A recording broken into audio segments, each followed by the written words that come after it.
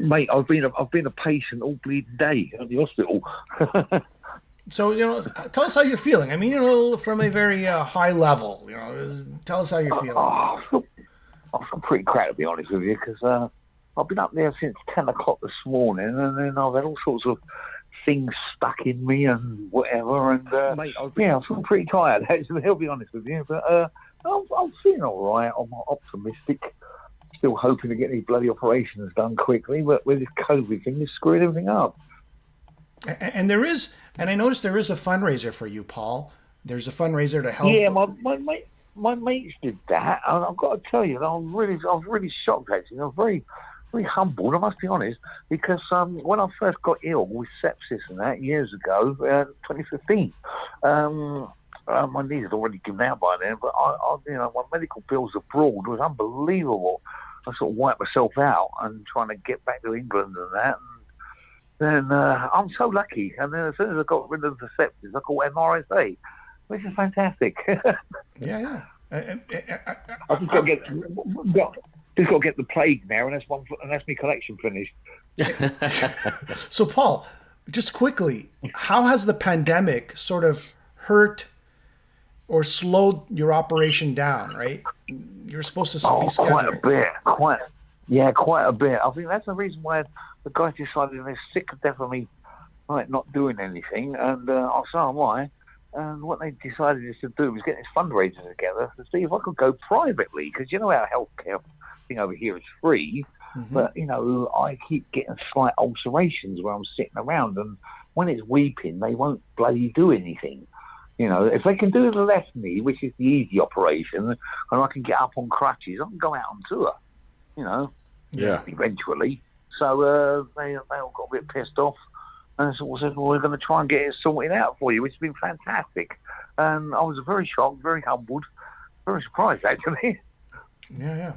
Well, Christopher, we lost your video. We lost your video, Christopher. We interviewed Blaze a couple of weeks ago. He said he's ready to tour when you are, Paul.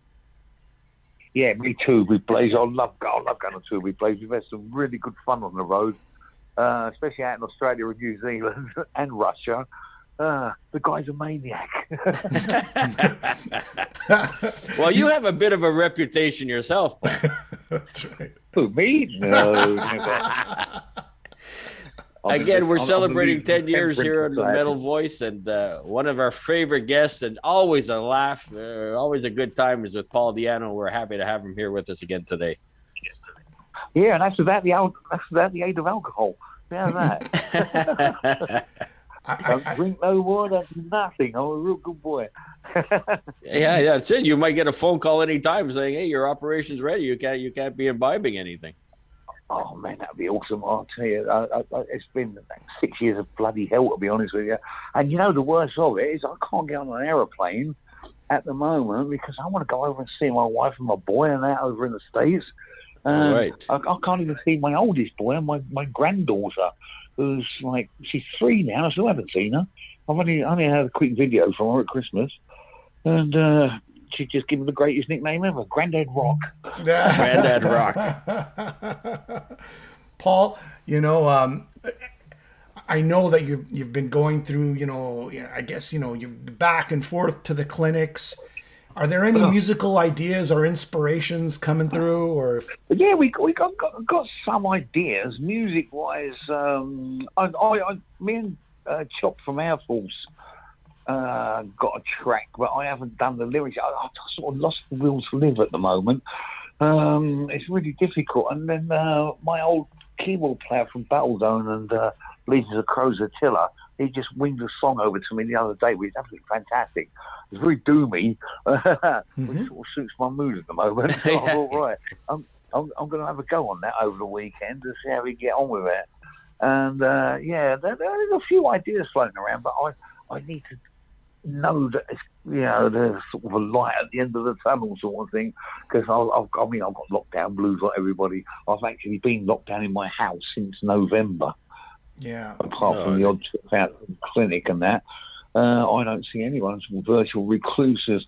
I shaved my beard off, or cut my beard off the other day, which is about sort of almost 2 foot long. And I cut the bloody thing off. Sitting there the old hermit. He's going to be the lead singer of Blackberry Smoke or something with a beard like that. I could well be. I'll cut it all off. I'll fuck this, get a little bit of normality. It's so hard to get sort of motivated. I mean, I was looking at my weights for about 2 months. I finally picked them up yesterday.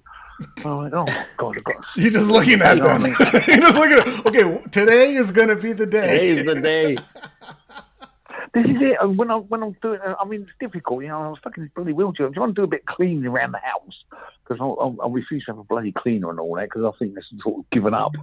So you want to see this, the wheelchair Olympics, trying to do the vacuuming. Lucky there's no cable on it, but doing wheeling yourself with one hand and trying to do the vacuuming in the other. And what I do is I take it in stages now, so I've got something to look forward to in the day. So I get up in the morning, do a bit of the carpet, and then go and think about doing something else later on, but give it in stages just to make it a bit more exciting for me. Do you have any pets to keep you company, Paul? Under the crows. Mm. Oh yes, the crows. Yes. Yeah, but they're wild. They're free spirits, and I want them that way. I don't want them to be sort of like pettified. Is that a word?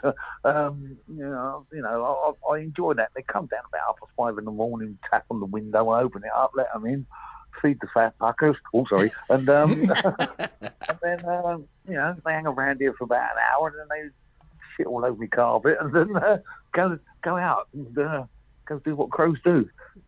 We just celebrated the 40th anniversary of Killers here on the show a couple of weeks ago. Great feedback from everybody watching. It's a landmark album. Any quick thoughts going back to that recording?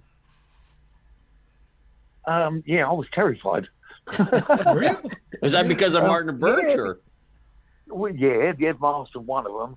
And they had a sort of different direction sort of thing for me. And I was like, wow, yeah, we sort of... I love the first album. The songs in the first album were great, but the production is absolute crap. But if we'd had that sort of songs again sort of thing, I thought that album would have gone through the stratosphere then. But, it's everyone's opinions, isn't it? And, I was like a sort of fish out of water there. I didn't really know what I was doing. Funny how you learn over the years. Paul, Alan, do you have anything else you want to add? No, go ahead, Jim. Paul, I want to say, is there any timeline for to get your? Is it both knees or is it one knee? That's what I was curious about. Both. Oh, the right one completely buggered. I've had the knee specially built. That one. This is where the rest of the money went. It was like it's sort of me and my friend who's making this movie thing, or supposed to be, Wes, from New York. We were sitting there working out the costs in the clinic after they built my new bionic knee for the right one, and which has got to go in, and that's the one that keeps ulcerating, and they can't do anything with it at the minute.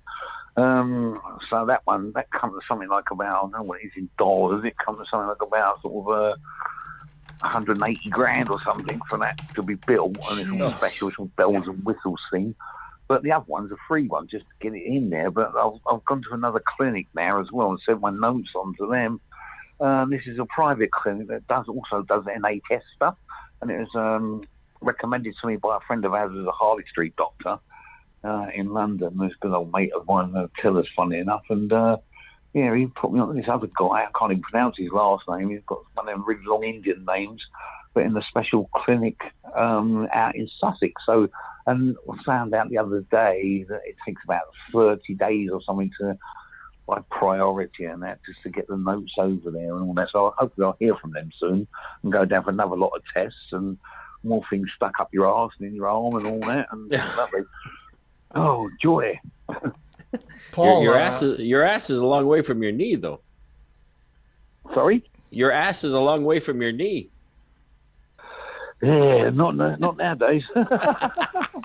All right, John Panayotti says hello to Paul from Greece. John saying Iron Maiden's first two albums are masterpieces. Paul did a phenomenal job. Everybody's just basically saying be well. I'm going to put the link to the fundraiser, to get you on the right track, because we all want to see you. We all want to see you. man, I don't deserve none of this stuff. It's just it's nice to know that you've got so many good friends on your side, which is a good thing. You know, as I said, I haven't actually worked for 6 years now. I can't play. Medical bills just run up and run up and run up. I'm never going to pay them off. Well, I might eventually. But see, that's the worst of it. It's all come up once with both of the knees, and got really unlucky with that. You know, with sepsis stuff. First of all, that almost killed me. That, but the MRSA twice, I've caught that. Oh, what a nightmare! And now. All my teeth are falling out because of all the amount of pills I have to take. All my gums are shrinking. I'm having a really good time. Paul? Yeah, I can't tell you. Paul, Rain. I said, no, that's the one. I got a nice question. Okay, go ahead, sir. Lose a few teeth as you look even more of a badass. And I thought, yeah, all right.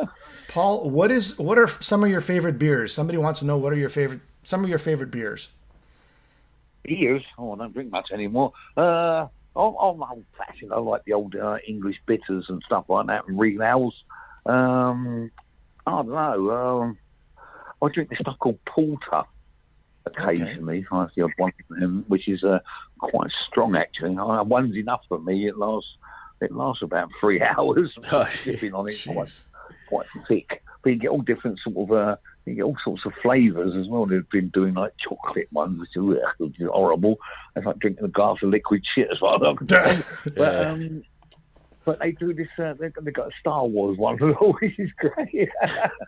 Which is it's supposed to taste like sort of, I don't know, like popcorn, and it doesn't. It makes it taste like one of them German wheat beers. But yeah, it's not bad. But yeah, I stick to real ale anyway. But when I do go out, if I do ever go out for a drink, or if I ever will get out for a drink again, I normally stay on Jack Daniels. All right, there you go. Do not drink chocolate stout with the pizza. I found that out the hard way. Oh yes, that's not a good thing. That thought was bloody lethal. I could start me arguing on that stuff. I got a great question here. K-Man says, tell us a little bit about the song "Invasion" by Iron Maiden. Oh God. You're better asking Steve that one.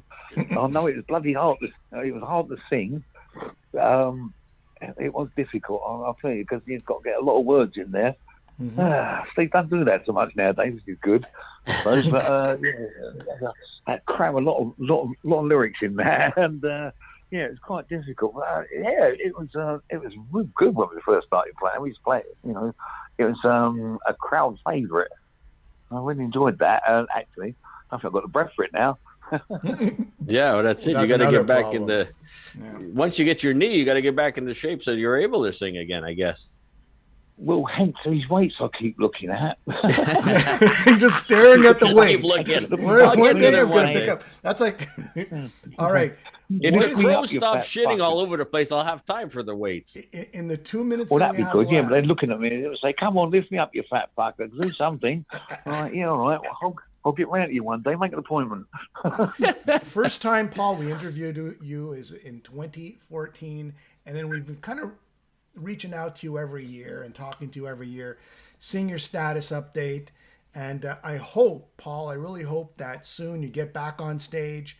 You know, I hope people donate so you can get your surgery, because we'd love to see you come play to Canada, especially. I'd love to get back to Canada, especially Montreal. I love it. Tim Hortons, baby. Tim Hortons. I like it there. Two of my favourite places in Canada is there in Quebec. I really love them places. And, yeah, I do miss Canada. Especially Tim Hortons. So you always held a special people's hearts, Paul. Everybody we talked to, they've all got a soft spot for you, and it seems like we've been talking about these knees forever. Like you said, it goes back 6 years, and we just wish you all the best and a speedy recovery, and that you get this done once and for all, and we come through the other side where we can, like you said, see you tour again. Thanks a lot, mate. I really appreciate that. Paul, we're going to do a proper interview once we get that Zoom going, okay, in a few weeks. Thank you so much, my friend. Thing? Yeah, all right, mate. Yeah, all right, we'll do that, and thanks a lot. And I appreciate that. I'm going to go to bed now. I got Michael Sweet waiting from Stryper. Do you remember Michael Sweet? Yeah, what a fantastic band. I love that band. You want to say hi to him? I'll tell Michael I said hello. I could just tell him. You could tell him yourself right here. You ready? Yeah. Okay, I'm going to bring him on. Christopher, I'm going to get to you in a second. Michael Sweet, where are you? He's connecting. This is live, folks. Michael Sweet is connecting. Michael Sweet. There he is. Michael, he's connecting audio. So, Mike, can you hear us? Hey, guys. Mike, we've got What's Pail up? Can you hear Di'anno. me? Pail Di'anno Di'anno from is Iron on the Maiden. line. He wants to say hi. Pail Di'anno. He said one of your Can't favorite hear you bands. guys. You can't hear us? Let's see here. Michael Sweet is muted. Can you hear us now? The joys of live internet. Let me rejoin here. We can hear you fine. Well, I guess Paul. I guess you don't wait. get that big introduction. What's going on? Just so you know, It's Paul, one of those days. online, we also have my son, Christopher. He played this huge role when we first started the show 10 years ago. He was teaching me how to do, and I'm sure your sons too, right? They teach you things. And my son taught me how to edit. He taught me how to, do the graphics of the metal voice and just Not how to Cool. not how to play guitar. not how to play guitar. He didn't teach me how to do that. Oh, no. And I just thought it would be That's cool not a good thing. to bring. Okay, I think Michael Sweet's joining again, and just a hi bye, and that's pretty much it. We're going to Let's see. try it a Okay, second time. Michael.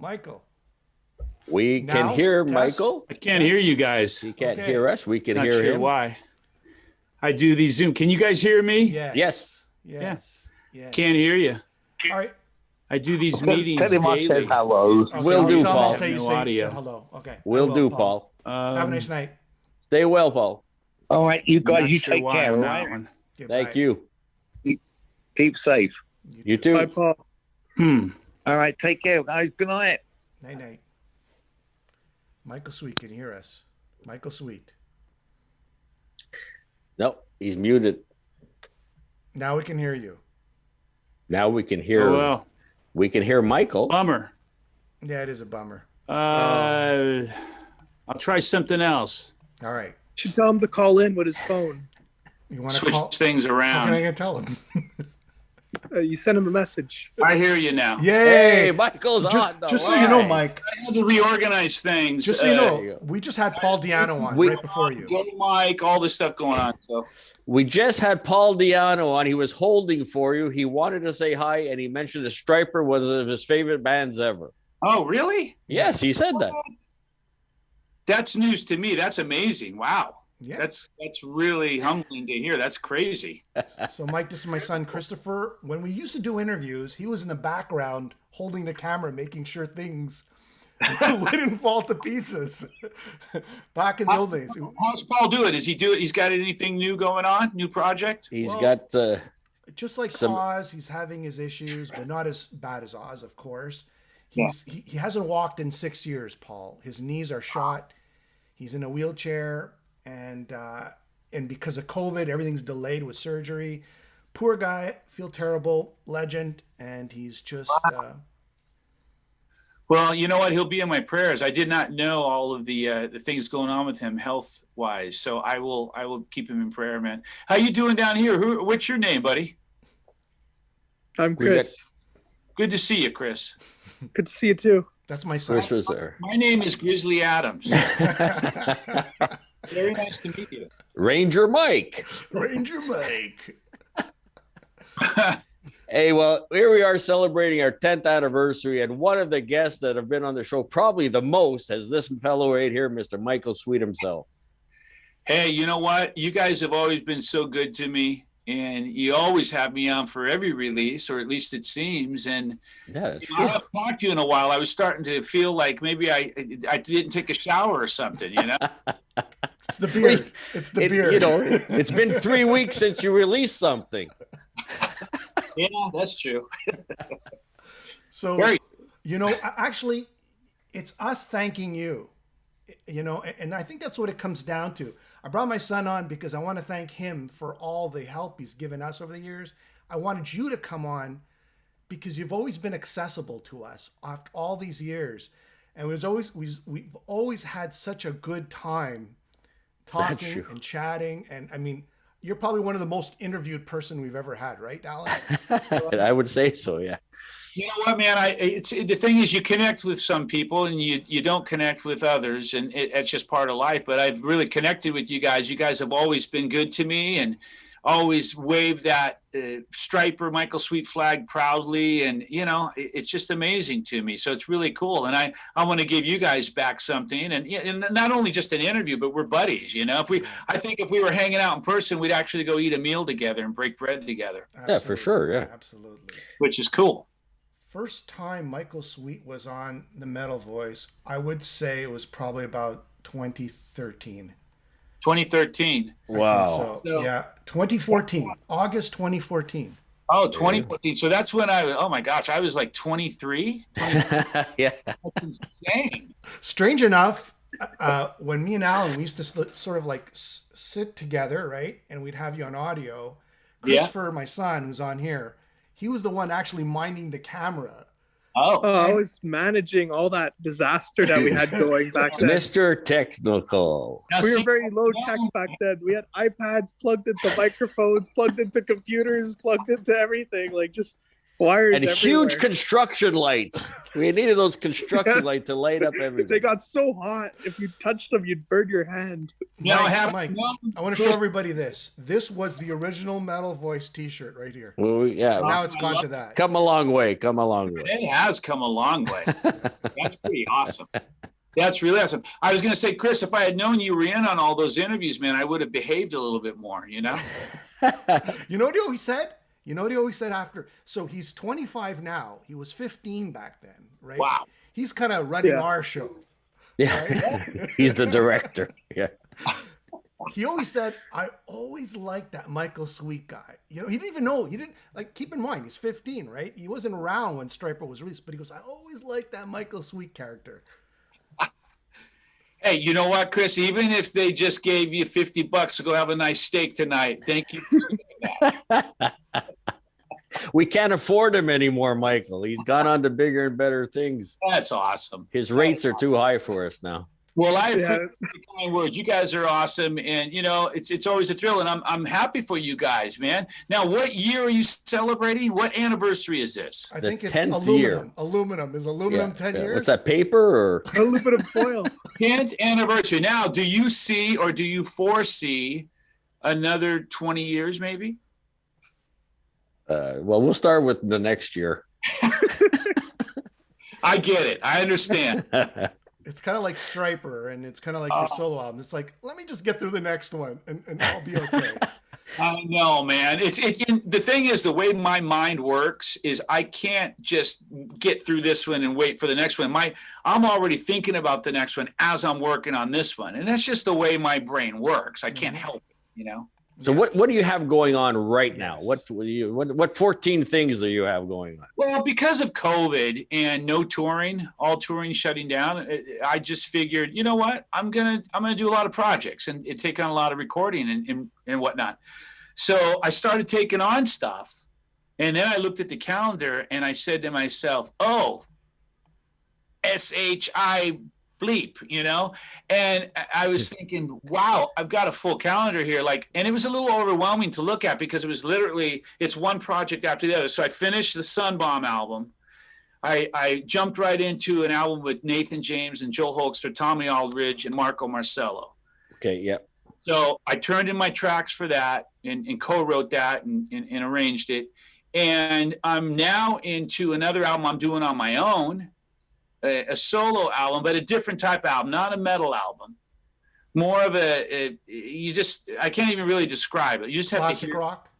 what's there. Yeah, a little more of a 70s vibe, but yet at the same time, it's an album you can put on at 1 a.m. if you want to go to bed and listen to, and it'll kind of chill you out. It's really cool. Fear. Yeah. Well, The pan flute. I'm not going to go there, but Cat Stevens. yeah, it's definitely more acoustic based, a little more 70s vibe, but still me, and it's something I've wanted to do for a long time. And I moved right from that into an album with Alessandra at Frontiers, and we're going to do kind of like a Journey-esque kind of thing. And then I'm doing a new solo metal album in June. And then I go from that into a Sweet and Lynch album. And then I go right from that at the end of the year into a new Stryper album. Oh, wow. It's nuts. It's when I think about it, my heart starts going boom. You know? Well, I asked the question because you did mention that Joel Hoekstra, you were going to do something with him, and I was hoping that would be your answer. So I'm glad to hear that. We're finally doing something together. This isn't the album we've talked about where we just want to do a whole album together, him and I.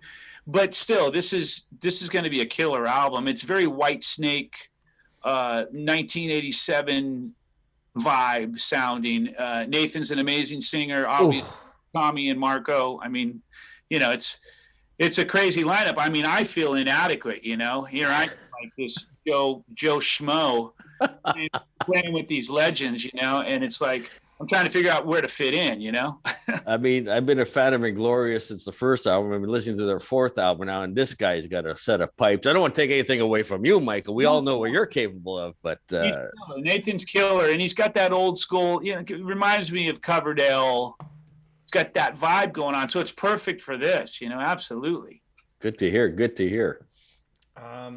What else is there? I guess you kind of mentioned everything, Mike. You know, it's such a pleasure always to talk to you, and you know, we look forward to jumping on again and doing another interview and talking about your next project. So, what's the next one? Like, is that the next project? The one coming out next is Sunbomb. Okay. Right. And that's myself and Tracy Guns. Oh, okay. Yeah, we remember Tracy, that. Yeah. And it's like if LA Guns meets Stryper meets Black Sabbath meets whatever. I mean, it's darker for me musically, a little more of a darker vibe. I'm singing a little different stylistically. It's really cool. It's called Sunbomb, and I think it's going to make a little noise. People will dig it. How well did you know Tracy back in the day? Did you know him very well, or no? The first time I met Tracy, believe it or not, in person was just a few years ago. Wow! And the way we met is our guitar tech, John Stensland, is Tracy's guitar tech.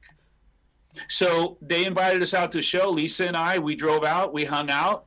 Really, obviously, I've known of Tracy my whole life, and you know, LA Guns.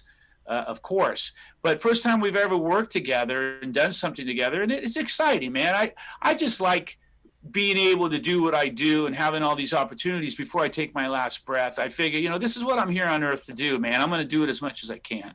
Yeah, good outlook. Yeah. All right, I'm going to bring Mike. Thank you so much. We're rolling out the guests. Yeah, it is such a pleasure. I hope Mike jumps on today. I hope Michael Sweet jumps on today. Oh, it was a must. We had to have you on this show to celebrate our 10th anniversary. It was a no-brainer to have Michael Sweet on with us. Mike, I'm going to bring on Pat. I'm going to introduce you to Pat. He's the CEO of the Metal Hall of Fame. Let's get Stryper in there. Stryper. Welcome. Pat, you there? He's connecting to audio. Well, better seems to be the case for everybody. His Pat is on. Pat, I'm going to introduce you to Michael Sweet. Michael Sweet, this is Pat Gesualdo. How are you, man? And Pat, my son Christopher, who I think you met. I think you met in Montreal. Did you meet Christopher? Did you meet Pat? I think I might have. It's a long time ago. It's fuzzy. Yeah. And I watch people on your show, and then I don't remember who I met in real life and who I've seen on the show. So Christopher, don't worry. You want to stay on. If you got to go, it's all good, man. Don't worry. Potential nominee Pat is here with us, Mr. Michael Sweet. So just you know, we're not going to push anything. We're just coughing a little bit. Stryper. The only Hall of Fame that matters, and Pat's the curator. So that's right. That's right. I'll tell you what. If you know, credentials count in terms of longevity, that would earn us the right there. I mean, we've been around for a while. You know, we're approaching our 40-year anniversary. Wow. Crazy. Millions of albums sold. Millions. The number one metal, the most, I guess, you're the only metal album, Christian/metal album, to sell more than 1 million copies, right? Yeah, that's what I've heard. I mean, you hear things like that and you kind of take them with a grain of salt, and you know, it sounds great. And it's humbling if that's true. That's really cool. You must be a bajillionaire. A bajillion. Oh, that's the big lie, man. That's the big lie. I have a nice house and a nice car, and I can pay the bills. But I mean, I'm not a good. I think they say my brother's worth like 10 million or something on Google. I always laugh at that one. That's I'm funny. worth like 50 cents on Google. All right, Mike. We'll catch up with you very soon. Thank you so much. I just want to say something about Michael Sweet. I remember, I think when my dad said it's true, I used to always think you were like, I used to really like you because back in the early days of the Metal Voice, I saw that my dad and Alan, they struggled to be taken seriously by certain people, because back then YouTube was this weird, we forget, but 10 years ago, YouTube was not very serious, and now it's getting closer to that. Yeah. And you instantly just took them serious and treated them like just anybody else. And I think that's what made me really like you back then. It was you gave them some serious recognition, and now things are so different. But back then that was a really nice gesture, and I think it really helped the Metal Voice take off. Well, it's the least I could do. And like I kind of touched on earlier, they've given me that in return. You know what I mean? They respect me and respect the band, and there's a mutual respect, and that goes a long way. That's pretty awesome. It's hard to find in today's world. You find it on occasion, but I love these guys, man. So anything I can do ever, all you guys have to do is ask. Call. What's that? That song? That's a call. I just call, right? To say, right?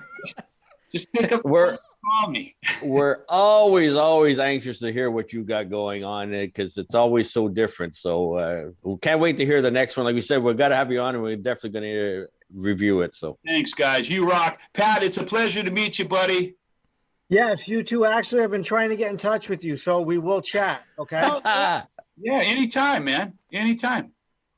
For sure. That's awesome. Thank you. You guys have an awesome night. I'm going to go eat some pasta with my wife, and maybe even have a non-alcoholic bourbon. Oh wow. We got to try that. So nice to meet you, Michael. Take care, buddy. Be safe. See you later. Take care. Thanks, Michael. All right. So I want to actually, as we're going through this, Alan and Pat, I'm just going to talk to you in a second. I just want to recognize people as we're going through this, right?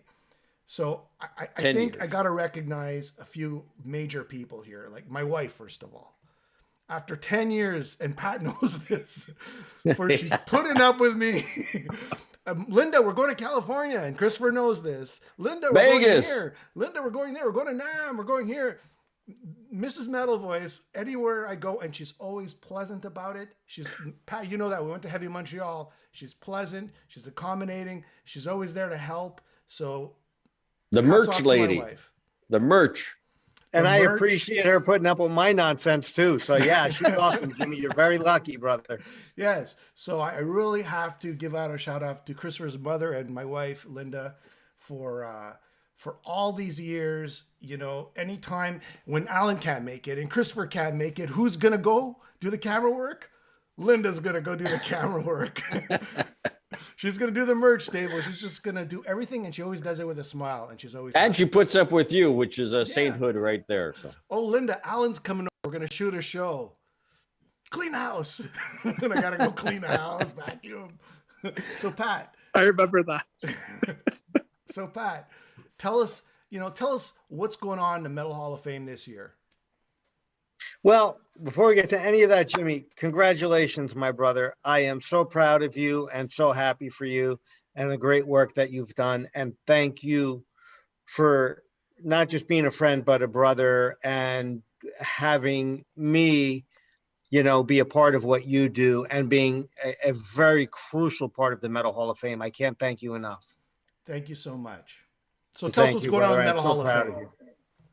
I am so proud of you, brother. Just by the way, this is the old shirt, and that's a nice. And that's a new shirt. This is a legendary shirt. And by the way, that's Jay Sharp, who I introduced to you for the Metal Hall of Fame logo. That's Jay Sharp. I don't even want to go into the whole story about Jay. Jay is a brilliant graphic designer, works in a great company, and he designed he went for as soon as he saw this, he goes, Jimmy, I'm going to design you a logo that's going to knock your socks off. And there it is. Alan's wearing it. And boy, oh boy, he did. Jay Sharp, thank you so much.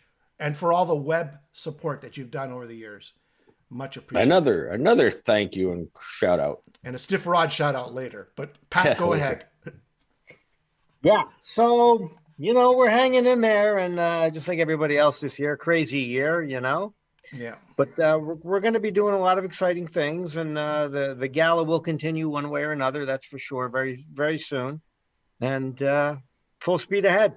All right. So it's going to be. You have said, and I know you're not going to give away all the secrets. It's going to be online, right? Well, we're going to do a lot of things this year in person too. But as far as the gala, yeah, probably online. And we already said that Mark Weiss is going to be one of the inductees, and that's going to be fantastic, and we're really looking forward to that. But this year is going to be just killer. So, Alan, Mark Weiss, like the guy who brought us all the pictures of our youth. The wise guy. The wise guy. The wise guy. That's right. I guess him and Ross Halfin, I think they cornered the market back in the day. So yeah, well, they sure did. Yeah. So we're expecting some great inductions there, Pat. I'm trying to think who else. Stiff Rod, one of Alan's friend. Back in the day, good old Stiff Rod used to carry the lights, the construction lights. Remember, Alan? Oh, yeah, early on. The interviews. Yeah. And it's all the people who help us in the background over the years. And you're one of them, Pat. You're just helping us from another angle. But our friends who came along and they sort of assisted where we needed help. Right, Alan? Yeah. But again, I just hats off to you and Pat. I mean, for me, the 10 years, one of the highlights of the show was when you guys were able to get Lee Kerslake those gold albums. I mean, the two of you worked hard on that, and it was so touching to see that. I know that he was extremely appreciative, and I don't know why it took so long, but you guys made it happen. So that, for me, that was a personal highlight of the show, and I want to give you a hats off to both of you. I kind of had the ball, and I threw it to Pat, and Pat just slammed it. He slammed it. Jimmy, we took care of it, brother. We really did. Business. and that would have never happened, with myself, Sharon, and Ozzy, doing that for Lee. But that never would have happened without you, Jimmy. So you know what? Well, I mean, again, I was just doing the interview. I uncovered something, and then you took that, and Alan, just so you know, what most people, and I've said this a million times, people don't know what Pat was doing in the background. He was hustling. Or you, Jimmy. Well, I know, but you too, Pat brother. was hustling. He was hustling with Sharon and Ozzy. He was hustling. So Lee Kerslake writes a letter to Ozzy, thinking that if he just sends it to him, he'll get his records. No. Never happened. It was Pat on the horn, convincing him, saying, "You gotta do it. You gotta do it. The guy he's got cancer. He's dying. You gotta do it." And you know what? They listened to him. That was, you just took it to another level. And that was, if the Metal Hall of Fame stands for anything, that's what it stands for, And I totally agree. And because of that, other institutions have honored Lee. I mean, it was just a domino effect, and rightfully so, right? And rightfully absolutely. So. Lee needed that, right?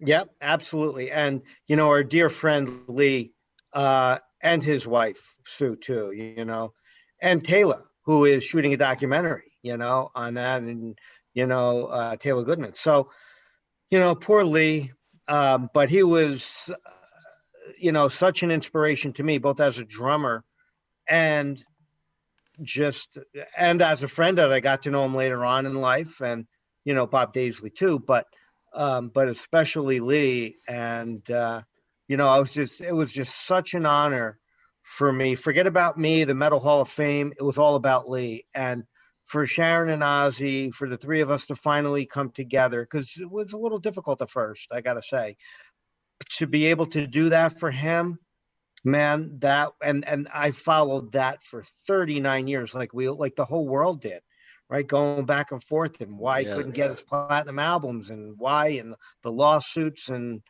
so, and I also have to, and I want to say that, and I said this to Alan before, people don't realize he was suing Sharon and Ozzy for years. For them to just hand over those gold the platinum albums, it's not an easy thing. Imagine somebody suing you for years on end, and then you say, "Well, can you do me a favor?" Well, there was a lot more behind that as well for them, and I understand that. But I'm also extremely grateful to Sharon and Ozzy for allowing us to Yes. do that and helping us with that for sure. Yeah, Definitely. I agree.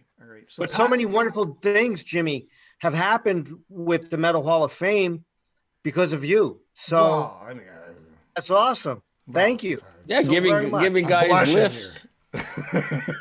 You know, I hope all four of us can be there, you know, in person, and you know, and enjoy the wonderful institution that the Metal Hall of Fame is, and you know, just meet all our friends and artists from all around the world. I think it's, I tell Alan this every year. It's one of my highlights of the year. You know.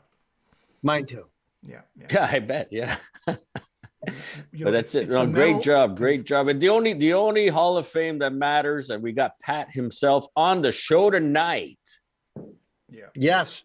Yes. And thank you so much for all the hard work that you guys have done, because, you know, when you guys started this, right, the Metal Voice, I mean, I can only imagine of the hard work that both of you put in and what you had to do and how it affected your lives, your families, right? And everything in between. So it's not an easy task. So hats off to both of you for bringing the world such a great thing. Congratulations. Christopher, what was YouTube like 10 years ago? Oh my God, I remember it was not what it is now. You know, now you go on YouTube and if you want to find, you know, high quality anything, you know, high quality movie reviews, high quality music reviews, high quality TV shows made just for YouTube, you could find it. Back then you went on and it was just people, you know, on their crappy little cameras screaming and swearing, and a lot of the time it was a madhouse, and it was also like this, a lot of creativity too, and the Metal Voice was just this show, and my dad and Alan were there with the best green screen technology of the time. It doesn't look as good today, but back then it looked pretty decent. And you can hear the washing machine going in the background. You hear the washing machine. The lights made their faces look red like tomatoes sometimes. I remember when they got their first interview, they were so excited. They were like flying off their feet. It was Saxon, Bill Bufford. Is that his name? Biff Bufford. Yeah, Biff Bufford. There we go. It was Saxon, and they were so excited. They're like, Biff, we're gonna be Biff. Well, Jimmy was a little. Yeah, I don't think Jimmy was able to sit down for a week. Actually, both of you were so excited. You were like, we get to. Because back then they didn't cross the line yet, where they were just people talking about music, and now they were getting to meet their heroes, and they couldn't believe it. They couldn't believe that anyone would want to meet them. I just want to explain. You had TV, and then you had the internet. We were in the middle. Like that transition, right? When everything went from TV to, like, you know, that metal show, right, with Eddie Trunk, that got canceled. There was nothing. We were sort of in that spot. There was no, and I told Alan this, I go, there's no consistent, and the word is consistent, metal show going on back then. 10 years ago, YouTube was just like Christopher said, it was people just jumping off buildings, doing wacky stuff. And my sons actually had a show before me and Alan did the show. And that's kind of like was the inspiration of it all. My wife actually said, you know, you and Alan talk a lot about music. You should do a show about it. That's how it started. That's how Linda. And look where you are now. Back to Linda. But just to go back to what Christopher was saying, when we started the show, it was more or less to take his generation, introduce them to the great music we grew up with in the 80s. I had my friend Pro and his son, Peter Anthony. We hit every used record store, you know, here in Montreal one day. And I said, you need this album. You need this album. I'll buy you this one. You have to have this one. And that was how we started the show. It was just more or less just reviewing the old album. But like Christopher said, then we started getting into interviews, and that just became a lot of fun meeting a lot of your boyhood heroes. So yeah. How long did it take you guys, Alan, to really realize that you were off to a start? I think yesterday. I think when one time I was taking a walk, because I take a walk every day. There's a guy at a gas station. He was filling up his car with gas. He stopped and he ran all the way across the street to say hi to me. And then I go, wait a second, something's going on here. I think it was, to answer Pat seriously, it was when we interviewed Mark Storacci from Crocus. or Krampus, as D. Snyder wrote in his book. And we had both just read D. Snyder's autobiography, and we were happened to doing Mark Starace, and it was a great interview, and we brought that up. So he just explained his side of the story, but then it kind of snowballed, and everybody picked up on this, and then they went back to talk to D, and it kind of snowballed. And they said, "Oh my gosh, people are watching this show." You know, it was a little surprising at that point. Pat, I'm going to let you go. We'll talk tomorrow. Yep. Thank you so much, and everything that you do, Pat. The Metal Hall of Fame is a force to be reckoned with. Well, Jimmy, thank you both, guys. Thank you so much. Happy anniversary. Couldn't do it without you guys. And thank you. Love you guys. All the best. All the best in 2021. Anxious to hear what those nominees are going to be. Yeah, we're getting there soon, brother. So here we go, Giles Lavery. So Giles, I don't know if you ever met my son Christopher, but it's my son Christopher, who's sort of like the backbone in the early days. Now, I'm going to set this up, Alan, for you. In 2013, I get this email from this guy named Giles Lavery. He goes, "Mate," I don't know what he wrote. He goes, "I'm in this band called Dragon's Claw. And Blaze Bailey, sang on one of our songs." And it sort of intrigued me. And me and Alan happened to be doing a show about new bands. So we go, let's talk about Dragon's Claw. We love the album. And then from there, just sort of, organically, you actually appeared on our show, November 2013, and you did Fate's Warning, Darkness in a Different Light album review. Yeah. Thank you, Giles. I just want to say thank you for everything. And that's what it's about, thanking you, not thanking us. Well, thank you. I gratefully accept your good vibes, and I send them straight back to you, brother. It's been a long road, and we've been there for each other along the way. I think it was actually 2011 or 2012 that I sent you the album, and I think we kind of bounced back and forth a little bit, but then as the show started taking off and getting a little bit more traction, then you invited me on for the Fate's Warning thing, and I just moved to Germany at that point, actually, and I'd just seen Fate's Warning the night before we did the review. So kind of cool. That was really cool.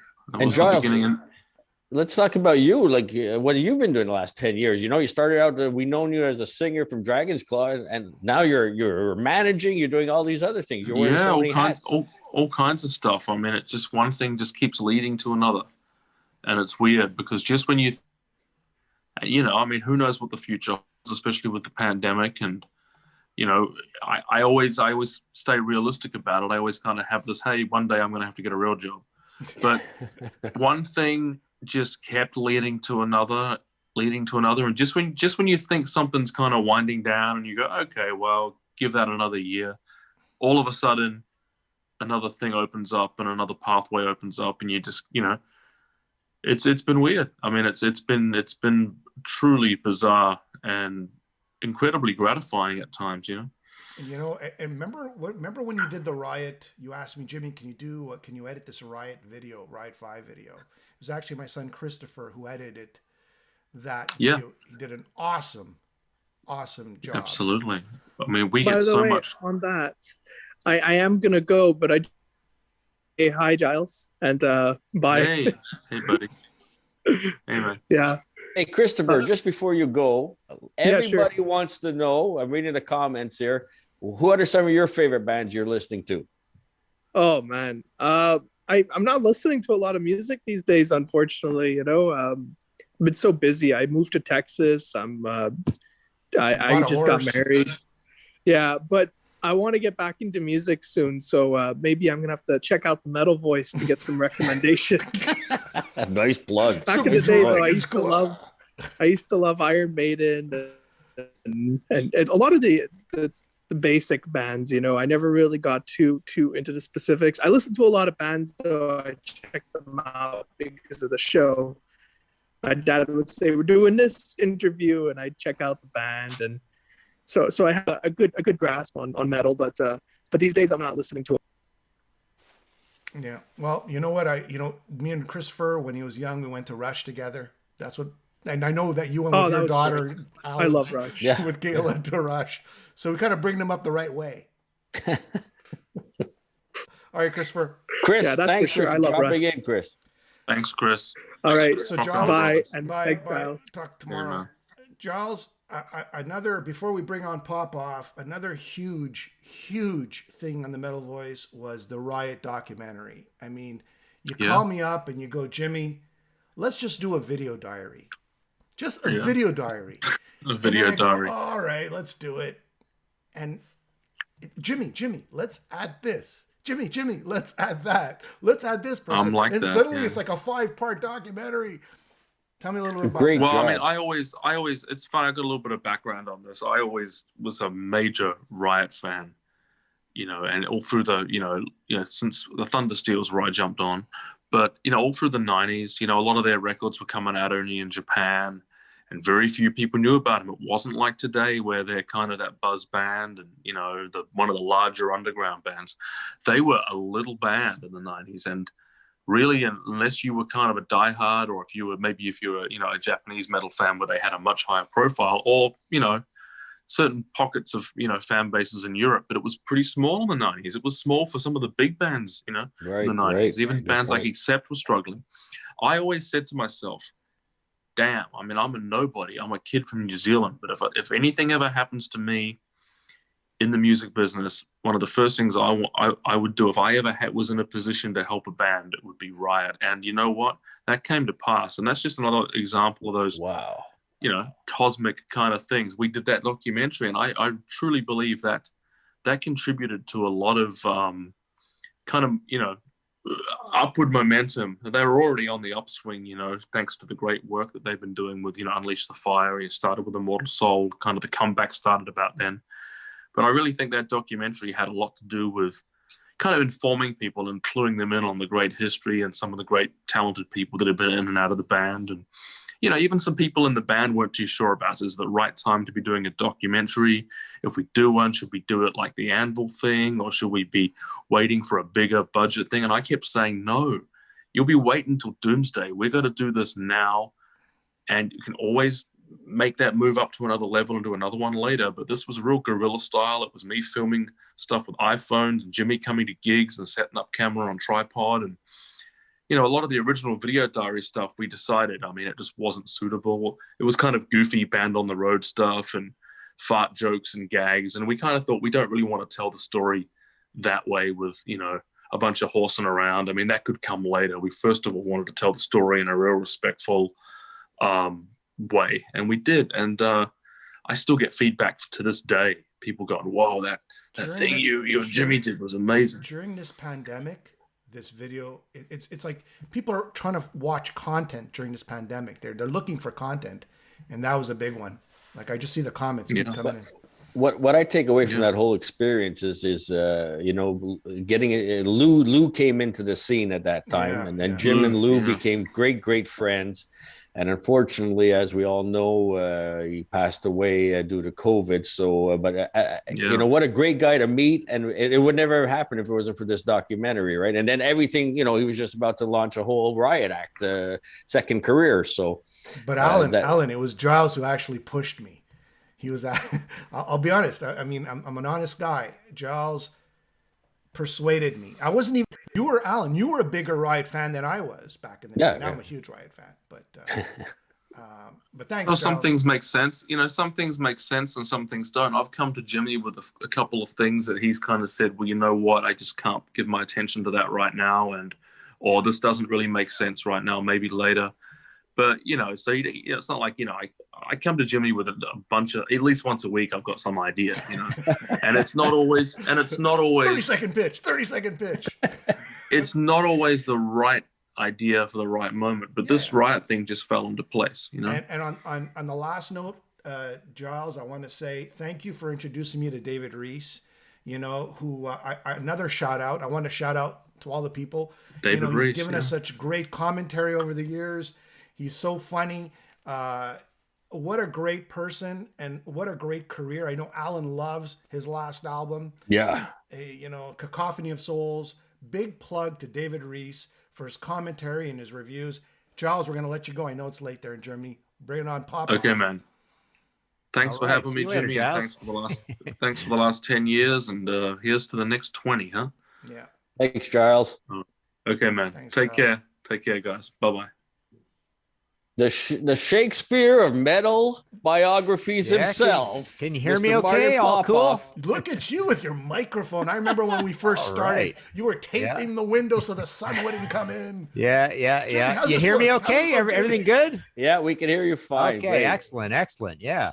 What an Thanks honor. for having me on, guys. This is very cool, and congratulations on this 10-year anniversary. Wow, wicked. First time Flew by. Martin Popoff did a show on the Metal Voice was October 24th, 2014, hair metal. And once I told Alan, they did a show with Popoff. He goes, Jimmy, let's do some more shows. And then we started doing shows with Martin, and always a great time. I got about 15 of your books downstairs, and I just enjoy reading each and every one of them. And thank you very much. Yeah. so we need to know what are you working on now? What's going on? Oh God. I mean, Monday I get a sweet book, Rebel Rouser, a sweet user manual. I've got this crazy Imaginos related book, which is very, very weird. It's barely even a music book. We got the Uriah Heep coffee table book coming. Oh, wow. And then the last of the Rush trilogy, the Anthem, Rush in the 90s and in the End. So lots of stuff coming down the pipes. Just working away on things, doing a lot of video stuff too. Just like you guys, inspired by you guys, man. What is it? 570 shows or something? You know what, Martin, I tried to add it up. It's very difficult because it's just the way there's no total in here. 700 shows. Wow. About. 3.5 million hits, interviews, reviews, debates, reports, documentaries, and whatever else in the middle. Wow. Yeah. Fundraisers. Then we'll get to that later on.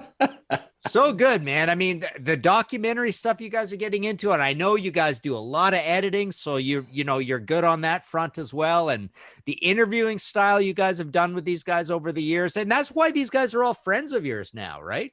You guys have gained so many of these rock stars as buddies now, because you just know how to engage them in conversation. It's beautiful. Yeah, it's a good thing. A lot, it's interesting how, and I think Michael Sweet said this. Some artists you just connect. It's just like people in life. Some people you connect with, and other people you don't. It could be in business or in work, and I know you've interviewed like everybody, right? Yeah. You know what we're saying, right? Yeah. And like I say, you've done a great job. And then what you also do is you keep up with them and keep having them back. So that relationship just grows and grows, and you learn about these guys' catalog through you guys, who obviously you totally know your stuff. But I appreciate having been on for all these. Yeah. I mean, some of them were kind of themed to the books, but then some of them we came up with some of the early versions of the top albums by whoever, and that. We did a bunch of those, right? Yeah, so, forget that. Yeah, it's been fun, but and some of the highlights even recently are highlights, like the whole Bob Kulick situation, right? The whole Alcatraz situation with Giles. I mean, that was a classic interview you guys did with him. That was really good to sort that whole thing out, right?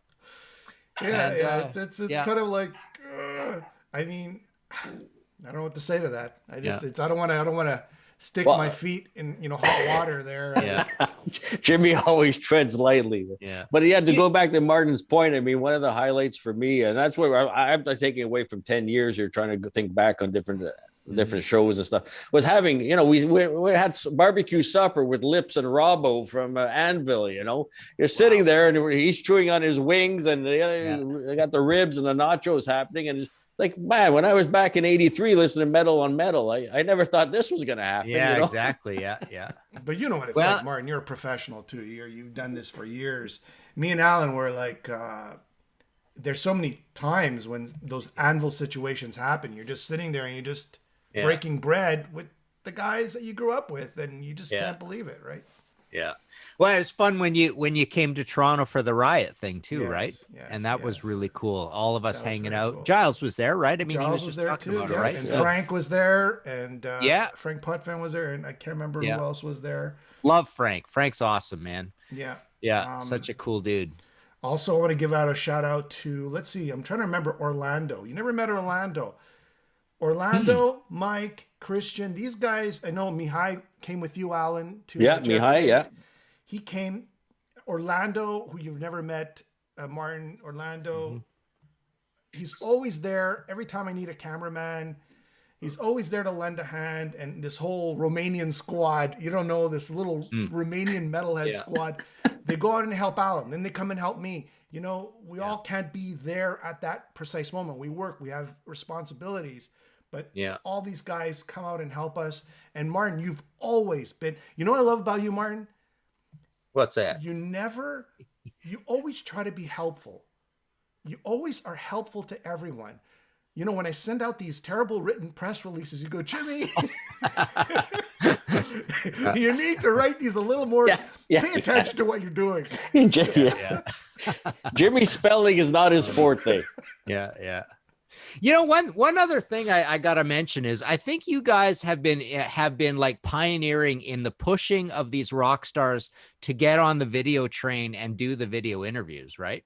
I mean, this was new technology a while ago. I mean, obviously it blew up with Zoom, but all the Skype stuff along the way and that, you know, I mean, some of these early proper video interviews is you guys pushing people to do that, right? You know, I'm going to tell you this. So me and Alan, we had this big TV. And my son Christopher, who was on just before, I used to plug in, there was wires. I go, Alan, don't move. Whatever you do, don't move. There's wires going through the whole house, through the whole basement. Skype was brand new. Nobody was doing videos via Skype. Yeah. So I kind of figured, okay, CNN has these big TVs with people in the back of them. Let's do that for metal. And I challenge anybody to go on the internet back to 2013 to see those types of interviews where you're interacting visually with the okay, it doesn't look great today. it doesn't look like it looks like right now. Doesn't matter, right? It's you're seeing their face, you're seeing them talk. That's all that matters, right? All right, Martin, it's been a pleasure. I'm going to bring in Steve Grimmett if you want to say hi. Very cool. Yeah, I'll stick around for a minute. Steve-o. There's Steve. Wicked. How you doing, Steve? He's connecting to audio. There we go. Steve-o. How are you? Hey, all right, how you doing, Steve. We got Martin Popoff. Yes. How are you? Wicked. Oh, I'm doing okay. We have Jimmy's got this whole thing worked out like a war maneuver. So I'm gonna log off and listen in to you guys. So I just wanted. How do you like it? How do you like the sort of the setup? Yeah, it's really cool. I just took a whole week to think about it. Thank you for all the great music over the years. It's unbelievable. It's been just a pleasure listening to all your stuff over the years. It's wicked. So thank you, Martin. Yeah. And Frank Potvin says hi. He's online. Oh yeah, cool. All right, so I'm gonna leave now. Thanks, Martin. First time I met Frank Potvin was at Blaze Bailey. Yeah. Steve. Yes. You know Frank Potvin too, right? Frank is everywhere. Yes. Yeah. Oh, yeah. Yeah. So yeah. Steve. Great to have Steve on. Steve, you're a friend of the show. Like. Yes. Going back, Alan, 2013, 2014. I don't even remember how long. Yes, it's something like that. Yeah, just before. Well, with the first release there when it came back and toured North America. That was 2014 was the first one. We did a one-off show in Chicago, and then the following year we came back. 2015, we started doing the tour. No, actually, Steve, I don't know if you remember this or not. Back in 2014, we did an interview with you, but the whole interview came out horrible. Like it was a Skype. Oh, yes. The Skype connection was terrible. Oh, yeah. And it just didn't work. That's right. Yeah. But we redid it. Yeah. Yes. We met up with you in 2015 in Montreal. At the Catacombs. Yes. At the Catacombs. Yep. And then afterwards, you were stuck in Ecuador, lost your leg, your right leg, horrific. And Millie was actually bringing us the live feed from your hospital room. Yep. Yes. Unbelievable. With 30 minutes, she said something like she only has 30 minutes of live feed a day. Yeah. That's all I had was 30 minutes a day. And no other entertainment at all while I was laying in bed. There was no TV. I couldn't speak Spanish, and so that was a complete shit show, really. But I had half an hour's internet a day, So it's like, right, what do I do with this? Okay, Log so on, and you're done. yeah, exactly. It's right, log on and right. How do I get about driving? And then how do I get about prosthetics? How the hell do I get back up on stage to carry on doing what I do? You know, because I'm still not ready to give in.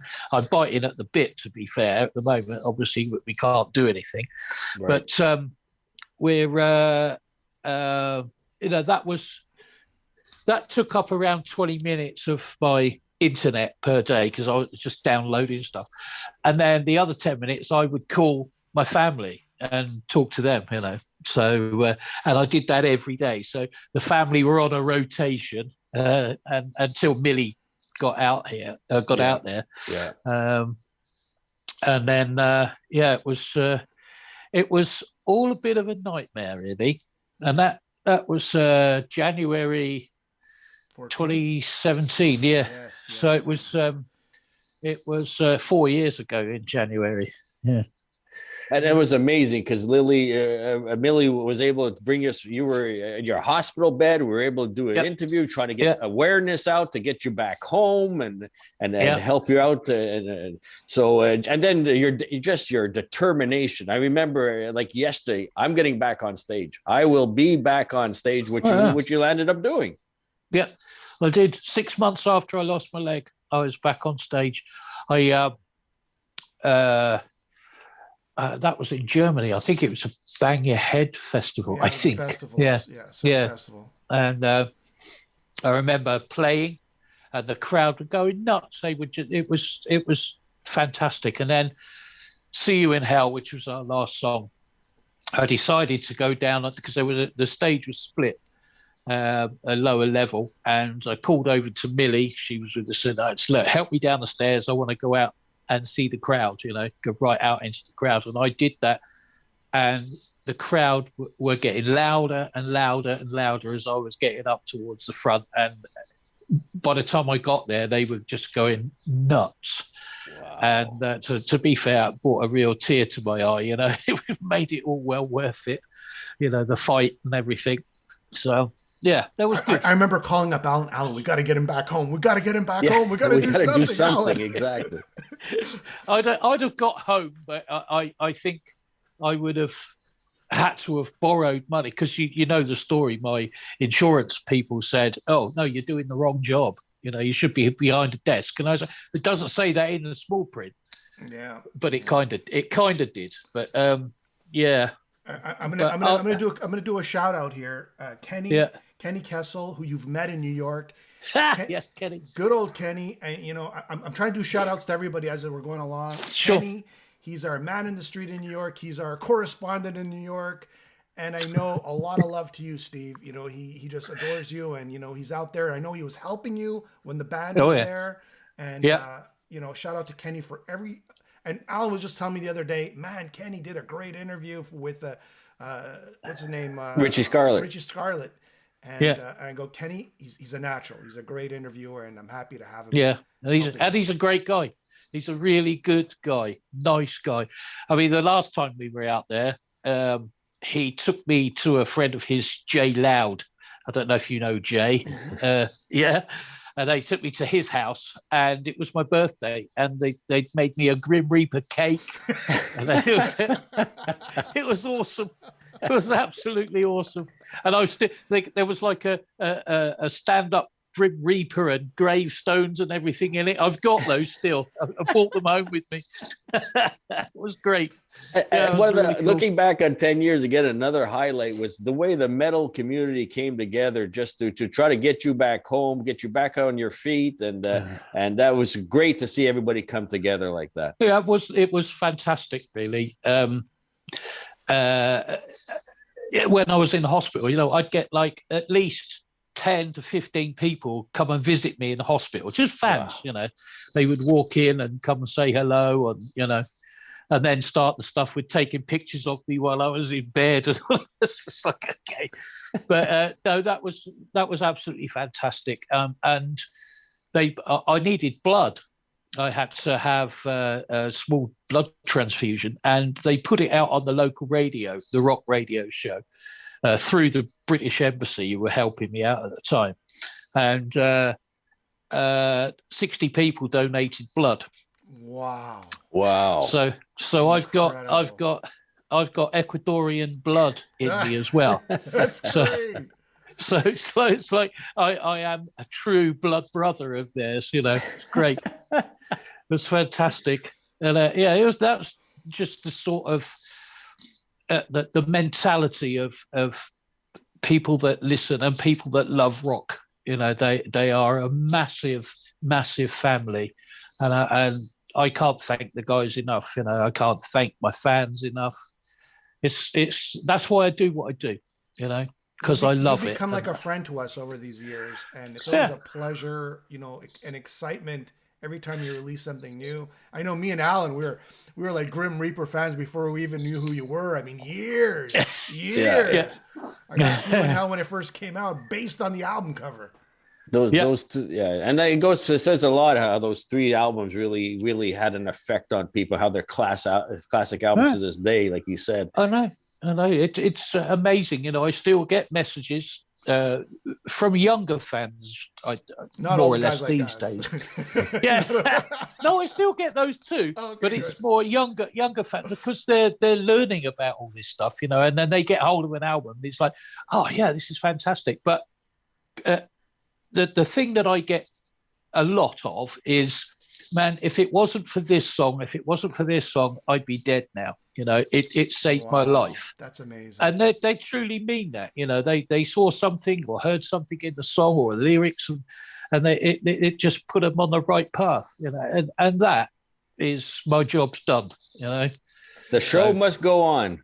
Absolutely. And before we let you go, Steve, I just want to give a shout out to my two favorite French metalhead guys, Stéphane Giroux, who's always given me great advice over the years, and Nicolas Oubre, who's he's a French from France friend who lives in Detroit, and he's done a couple of reports. He's so anxious. He goes, Jimmy, I want to do a report on Blaze. Jimmy, I want to do a report on the Three Tremors. Go right ahead. I don't have to do anything. Yeah, cool. Carry on. But before I go, I just want to tell you something, because I don't know if you've seen on the internet a lot of lockdown songs with my friend Steve Stein. But one thing I am involved with is an organisation called Meerfest. Yes. Yes, you know about Meerfest? Well, a little bit. Okay, yes. A little bit. Okay. Well, basically, it was started by Brian and Claire Meir, who had a stillborn child. And they've gone on for a number of years, dedicating everything to Molly, who was their stillborn. And just lately, what we've done, I've just been involved in it. I've just put my name and a track to it. But a guy called Danny Hines from Weapon UK has put together a 19-track digital album, and it's up for download at the moment on meerfest.org. It's £10, whatever that converts to, I don't know. And then you can download the whole thing. But it's all British, new wave of British heavy metal bands. Wow. Okay. And all the proceeds go to a charity called SANS, which totally deal with stillborn parents and all that sort of thing. And we're looking to get 100 sales is all we want. We're sort of halfway there, but if you guys can dig in and see what you can do for meerfest.org, thank you very much. And also, you sang on Chris Holmes's track Chris that he Holmes. released, Yeah, which we love. Chris Holmes, he's on the show a lot. Yeah. And just in 10 seconds, any new music you're working on, Grim Reaper? Yes, I have been. But I've been fairly busy with other things, actually, because I'm not earning any money, not touring. I've been doing a lot of songs for people and getting paid for it, which is quite nice, good, actually. Yeah, it's always good, yeah. And so I've done quite a few of those, and some of them are coming out. Mm-hmm. Some of them are out, and you just got to type my name into any search engine, it'll all come up. But the ones that I've been doing with Steve Stein and Nick Bocott, to be fair. I've really enjoyed those. Oh, okay. Good. So, yeah, all good. So, Steve, anyways, we're gonna have another interview with Yes. you, and we'll get into some, whatever new stuff you're working on. We Okay. always do. We always Sure. do. Yeah, We're big yeah, fans. absolutely. I just want to congratulate you on 10 years. Keep Thank up you. the good work, In guys. 10 more years, I'll be 62. Really? You're nearly caught up with me then. All right. Say All hi right, to Millie. Say hi to Yes, I Millie. will. Yes, of I will. course. Take care, Thank guys. you. Bye, Love Steve. you. Thank you. Bye. Just some of the comments I've been reading as well is, Crystal Viper, the cult, loving that as well. We got different comments coming over here. Steve. Yes. We're waiting for Jim Crean here. We're trying to connect with, I don't know if you ever heard of Jim Crean before. He's a singer. He sings for the Apathy or Peace Brothers. Oh, yeah. He's not Yeah, connecting. I do. He's not connecting. He's not connected. Oh, In the meantime, as he waits, I'm going to do a couple more shout outs. Tom, Milwaukee Tom, I call him. He does written reviews. He sends me, Jimmy, I want to do some written reviews. And I go, great. We need content for the website. Thank you so much, Tom, for all the love over the years and all the great reviews you've done. Perrin, of course. Perrin's always helpful. He does some interviews. When I need a co-host, he's there, or I need a cameraman or a hand or anything. Jim Crean, what's going on? K-Man also does a lot of written reviews. Thank you so much, K-Man, for being the pit bull that you are and for all the great reviews. Jim Crean, what is going on, brother? Can you hear us? He's Bye, connected. Steve. yeah. Take care, guys. Bye, Take care. Steve. Thanks a lot, Steve. Bye. Jim? Yeah. Yeah, Right, what's there we going go. on, We can man? hear him. Look at that. Hey, nice shirt. Look at Yeah. that. It's the same tailor. Look at this. Okay, this is the I Jim. like that. Yeah. Jim, this shirt, okay, this was the shirt that I made for like $30. It's a one The of a one kind. and only. The one and only. original. And the font is Iron Maiden font. And I realized I better not keep the Iron Maiden font because I might get sued down the line. I like Thank these you ones. so much for all your support of the years. What's going on? Tell us what you're doing, man. You have some albums out? What?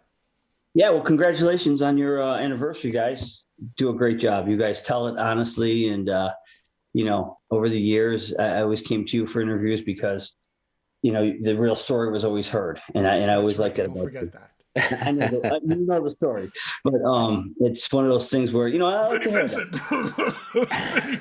There you go, Vinnie Vincent. But it's just one of those things, Jimmy. We met back a few years at the Heavy Metal Hall of Fame, and we connected, and you covered my career, and you've been great. You guys are great. So, kudos to you guys. Well, no, it's thank you to you. It's thank you to you for the music that you do. I told Alan, I go, Alan, I don't really want to hear people patting us on the back. We should be patting the people who helped us over the years on the back, because we can't do it alone, right? It's with the artists and the friends and the cameraman and the editing and all that other stuff that goes along with it, and the guy carrying the bag like Sniff Rod. There's just so many people who help us. So Jim, tell us what you're doing. Tell us what you're doing. I will, but I do want to elaborate on one more thing on that. Without you guys, and I'm not keep propping you, but without you guys, nowadays we release all these records and we do all this touring, and nowadays there's no more MTV and there's no more outlets like that we can get the word out that we're even doing any of this stuff or making albums. So you guys, get the word out. So we really appreciate it as musicians. So good job. Do you know what the goal was? Me and Alan were sitting around. We go, I think it was Saxon at the time. We go, Saxons, how come they got a new album and nobody knows about it? Right. He's not playing it. The other thing, Jim, too, is, hey, these guys were in town. Nobody even knew because nobody's Yes. got money to promote anymore. So we said, well, the least we could do is help promote some of the shows. It was a bit selfish to be true because we wanted these bands to come back. We enjoyed them and we want to keep watching them and we want them to keep coming back to our town. So that's one of the reasons why we wanted to get the promotion out, because there's no money for promotion anymore. Well, the labels don't have a budget to do that. Years ago, we'd make a record and the labels, they would just tell us where we're playing. They would get us advertising in each city. Those days are gone. Now it's all self-advertising in outlets like you guys, where you guys hype it up for a month, and then the band shows up in town. So That's the game. we're kind of like the underground thing now. So it's kind of this is the new now. And I like it personally because, years ago I'd do interviews and whatnot, and you didn't become close with the interviewer like we do now. I talk to Jimmy all the time, and it's a cool thing. So great job. Yeah, it's a cool thing for us Well, you too. can't get more underground than us. We actually do the show in the basement. So Well, The bunker. you know what? The Those are your bunker. best shows. Alan, I saw Jim sing. He sings with the Appice or Peace Brothers. I don't know however you want to pronounce it. He was doing Dio. I mean, he does it like great, like spot on. Like there's not a lot of singers there who could, they could kind of do Dio, a little, but Jim does it. Jim is spot on, man. He does a great job. I saw him play live. He just does an excellent job. What's the album you have out? Got a new one. Well, I got a bunch of, as you see, we released a few cover CDs, which has been a lot of fun, just putting out covers. I have all this time now since we're not touring, just to record. So, but the big album that we have coming out is going to be, we're hoping to get it out by April. It's going to be on Sleazy Rider Records out of Greece. It's got Vinny Appice on drums, and Stefan, who also played with Pail Di'anno, who you had on earlier. Yeah. Steph's guitar. He was Paul's guitar player in a solo band. Well, he's on guitar and bass and keyboards, and it's produced by Artie Dillon, who also plays guitar with me in the Peace Brothers. So, and the album sounds, if you like Dio, like you were saying, it sounds like it could be in the Dio catalog. Real catchy, heavy, dark sounding. It sounds like something right off of the Mob Rules album. Nice. wow, yeah, anxious to hear that. Yeah, some of the tracks Vinny calls me and goes, man, this would have been a great song for Snabbit back then. So it's a really cool album. All three of us are really, well, four of us already too. We're really into it. I think it's going to be a really cool album. So that's what I got coming up next. And we just started recording for the new Appice or Peace, whoever you're talking to, album to follow up to Sinister. So we're starting to demo on that. Yeah. Depends on which brother you're talking Sinister, to. didn't we, Alan? We reviewed Sinister. Yeah. Did you? Yeah. Back in the day. And Vinny's one of my favorite drummers of all times. I mean, just the work he did with Dio. You listen to it today and you're like, wow. Carmine as well. Oh, yeah. Yeah. Of course, Oh, yeah. Carmine. I mean, he's a legend, right? Carmine's, listen, I've been playing with Carmine for I've been in that band for about 11 years now. And, Carmine just doesn't slow down. He's 74 years old, and you wouldn't know it. He plays like he's a 25-year-old. And I really mean that. Some nights we look at him, we had to do two shows one time in one day. We did a double show. We did an afternoon show, and then 2 hours later we had to do another show. And we got done playing the first show, and I remember sitting in the van going to the next show, and I said to Vinny, I go, how the hell are we going to play again and do a full show like this? And Vinny goes, I don't know, my hands are killing me. Carmine went up there and he had a better show the second show. Strong. Total pro. He's a funny guy too, man. He's a funny guy. Oh, he's a trip. He's great. The best. I love him. Love both of those guys. Yeah. But I'm happy to be a part of that. But so I got those albums coming out, and just looking to tour again. Yeah, like many. So I have a lot. What is this? So you're writing a lot of material. What do you think is going to happen? I mean, do you think in your area is it simmering down? Are things looking good, or is the same old? I'm in New York, so I'm sure you see it. You guys are in Canada, right? Both you guys. Yeah. So I'm sure you see the New York mess that we're under. So things change every hour. But we have a couple big shows. I play in a band called Hair Nation as well. It's a tribute band. It's a regional band that we go up and down the coast. And I have 5 really good shows. We got Warrant. We're doing a show with Warrant. We're doing Quiet Riot, Slaughter, Bret Michaels. We got all these things lined up, and it's like tickets are on sale for these shows, and who knows if they're going to play. It's been crazy. And just so everybody knows, Hair Nation, your band, you're just playing basically the 80s metal hits. Is that it? The hair That's metal. It's a jukebox of the 80s hits, all the 80s hair bands. And I've been in that band for 21 years. You guys should come play a show in Canada. Come to Montreal, play a show here. Do the circuit. Yeah, we would, and we talked about that, and the rock pile and whatnot, and coming out all the way up to Montreal, because you guys have a great music scene. Yeah. So you guys, they would really embrace our band because we do it right. We do the songs the way they're supposed to be played, but they sound like us. Like I don't try and sing like each of the bands that we're doing. If we're doing a Quiet Riot song, I sound like me singing Quiet Riot. And I always thought that was cool. If you're going to be in a tribute band, sound like yourself. Like Steel Panther does it right. You probably sound better than Quiet Riot does. I'm going to say it. I think those bands, but we try. We sound like us is what it sounds like, and that's what's kind of cool. We have our own sound. I mean, 21 years together, we should have a sound. And your wife's your drummer.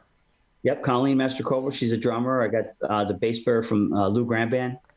He's the bass player, A.D. Zimmer. So it's a cool band, and we played over the summer. Well, 2 summers ago now already. Geez, we as a Jim Crean band, we headlined the Whiskey A Go Go in L.A. and we filmed it and recorded it for a live album. So I got that coming out soon too.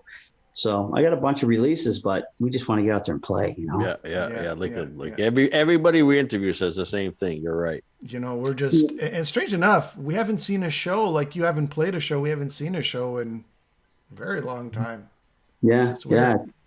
It's the strangest thing, we grew up in a great time, the three of us, because at least we got to see shows and play shows and do it. Who knows what the future holds for entertainment? It's going to be. That is a really good point.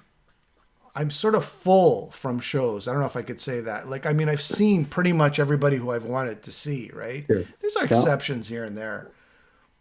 But the younger generation, I guess. But, look, we've lived through wars. Humanity has lived through all kinds of disasters, and we'll get through this. It'll be fun. But just to go back to what you're saying, Jim, and part of our posse, our Romanian posse here in Montreal, I mean, I love talking to those guys because they had no shows growing up in the 80s. They were in a communist land. So when I talk to Mihai and the stories he tells, they had to buy, $500, bought one record that they had to share with 5 different people. And we were going down buying 5 records a day almost, and shows like you saw that tour. Yeah, we were spoiled. They were, Montreal luckily was always on everybody's tour dates. And so I go, we like you were saying, Jim, we grew up in a great time and we were privileged to see a lot of great bands, which not a lot of people were able to do. So Orlando says to me, I go, Orlando, we're on curfew. He goes, piece of cake. I come from Romania. That's a great observation because I never even thought of that, to be honest with you. It's funny because a couple of my records that we did, my Velvet Crush record and Insatiable, both were done by a Russian artist. He's from Russia, and he's probably around our age, and he's amazing, Ed Uniski, and he would tell me back and forth stories about he doesn't when I would explain what I wanted, he you know what I mean, he just couldn't grasp it because he wasn't really exposed to it other than what I guess America fed him. So I never really thought about that. That was a great observation. So it's all relative, isn't it? We got a belly full of shows and they didn't, but here's the thing, but Europe still is big for the kind of music I put out. And the label I signed with is out of Greece. So we were planning on doing a big tour of Europe, pretty much for the whole record. Wow. And that was the whole idea behind it, to make this record and just go tour and sell units. Cause that's how you got to sell units nowadays. You can't really sell them at a record store anymore because there are none. Yeah. So either online shows like you guys promoting it, giving a good review, if you believe in it, give a good review, and people read it and say, "Oh, I should check that out. Sounds like something I'd be into." The comments are coming over. Hey, okay, Jim, we're gonna let you go. We got to bring. What are some of the cover songs? And you've already generated a lot of interest just with this interview. So Hair Nation, Jim Crean, thank you so much for supporting us over the years.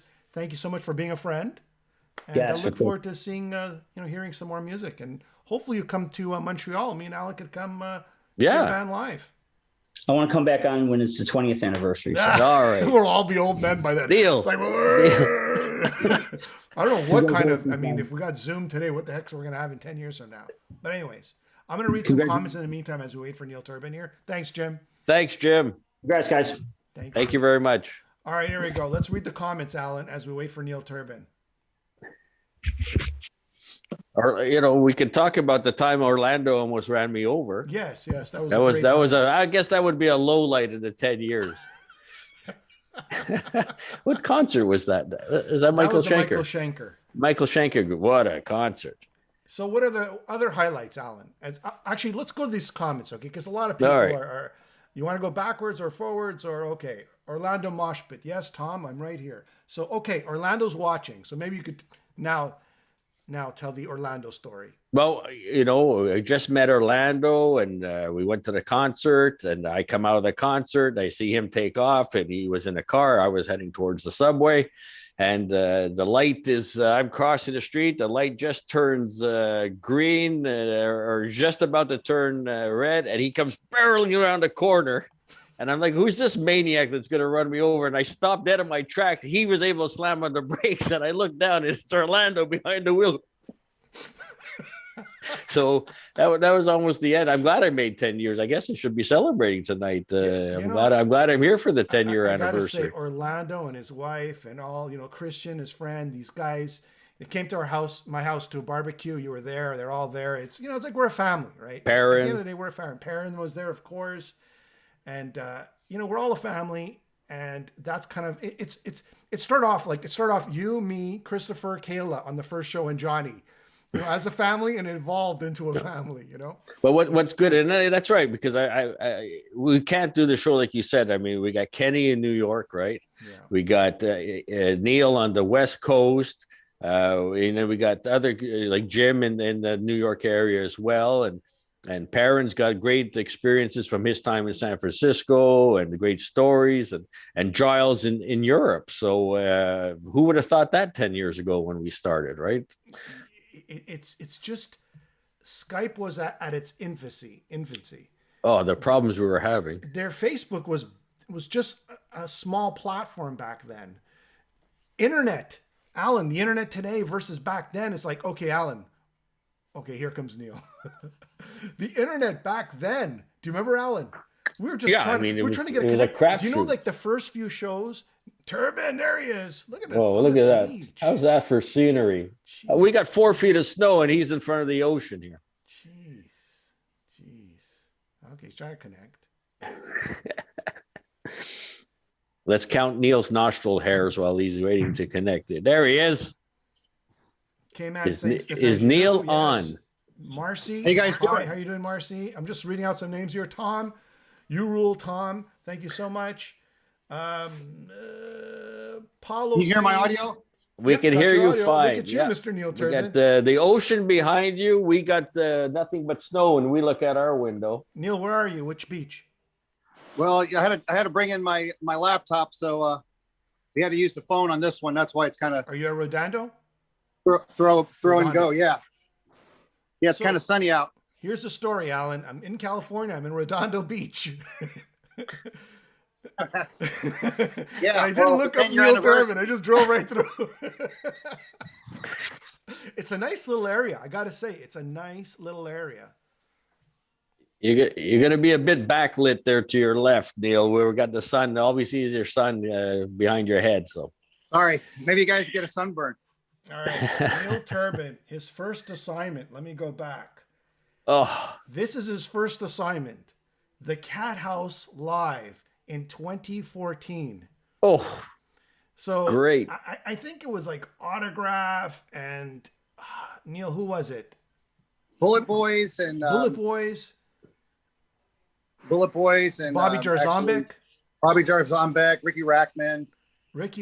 He put that whole thing together. That was the first Neil Turbin interviews, and it was a multiple. And there was another band. I'm trying to think of the name. I just don't listen to a lot of the hair metal bands, nowadays. But I know Steve Brown, Trickster. That's it. Trickster. Man. Yeah. And again, what an addition to the metal voice. Getting Neil.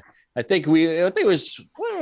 How was your first experience with Neil, Jim? What was it about? Getting a feedback on some old Anthrax albums, or you know what it was? Well, Alan, I was a big Fistful of Metal fan. Well, right? You're huge. So I emailed Neil and I go, "Hey Neil, I want to do an interview." And actually, I think even Giles was on that interview. And Neil's just, you're organic. Look, some people you connect with, and some people you don't. That's what Michael was saying. Yeah. And that's pretty much all it is. And then I think either it was me who said to Neil, "Hey Neil, how would you like to do some interviews in LA?" Or Neil said to me, I don't know what it was, but either way, it works. Neil's fantastic. Neil asked those interesting questions that I would never think of.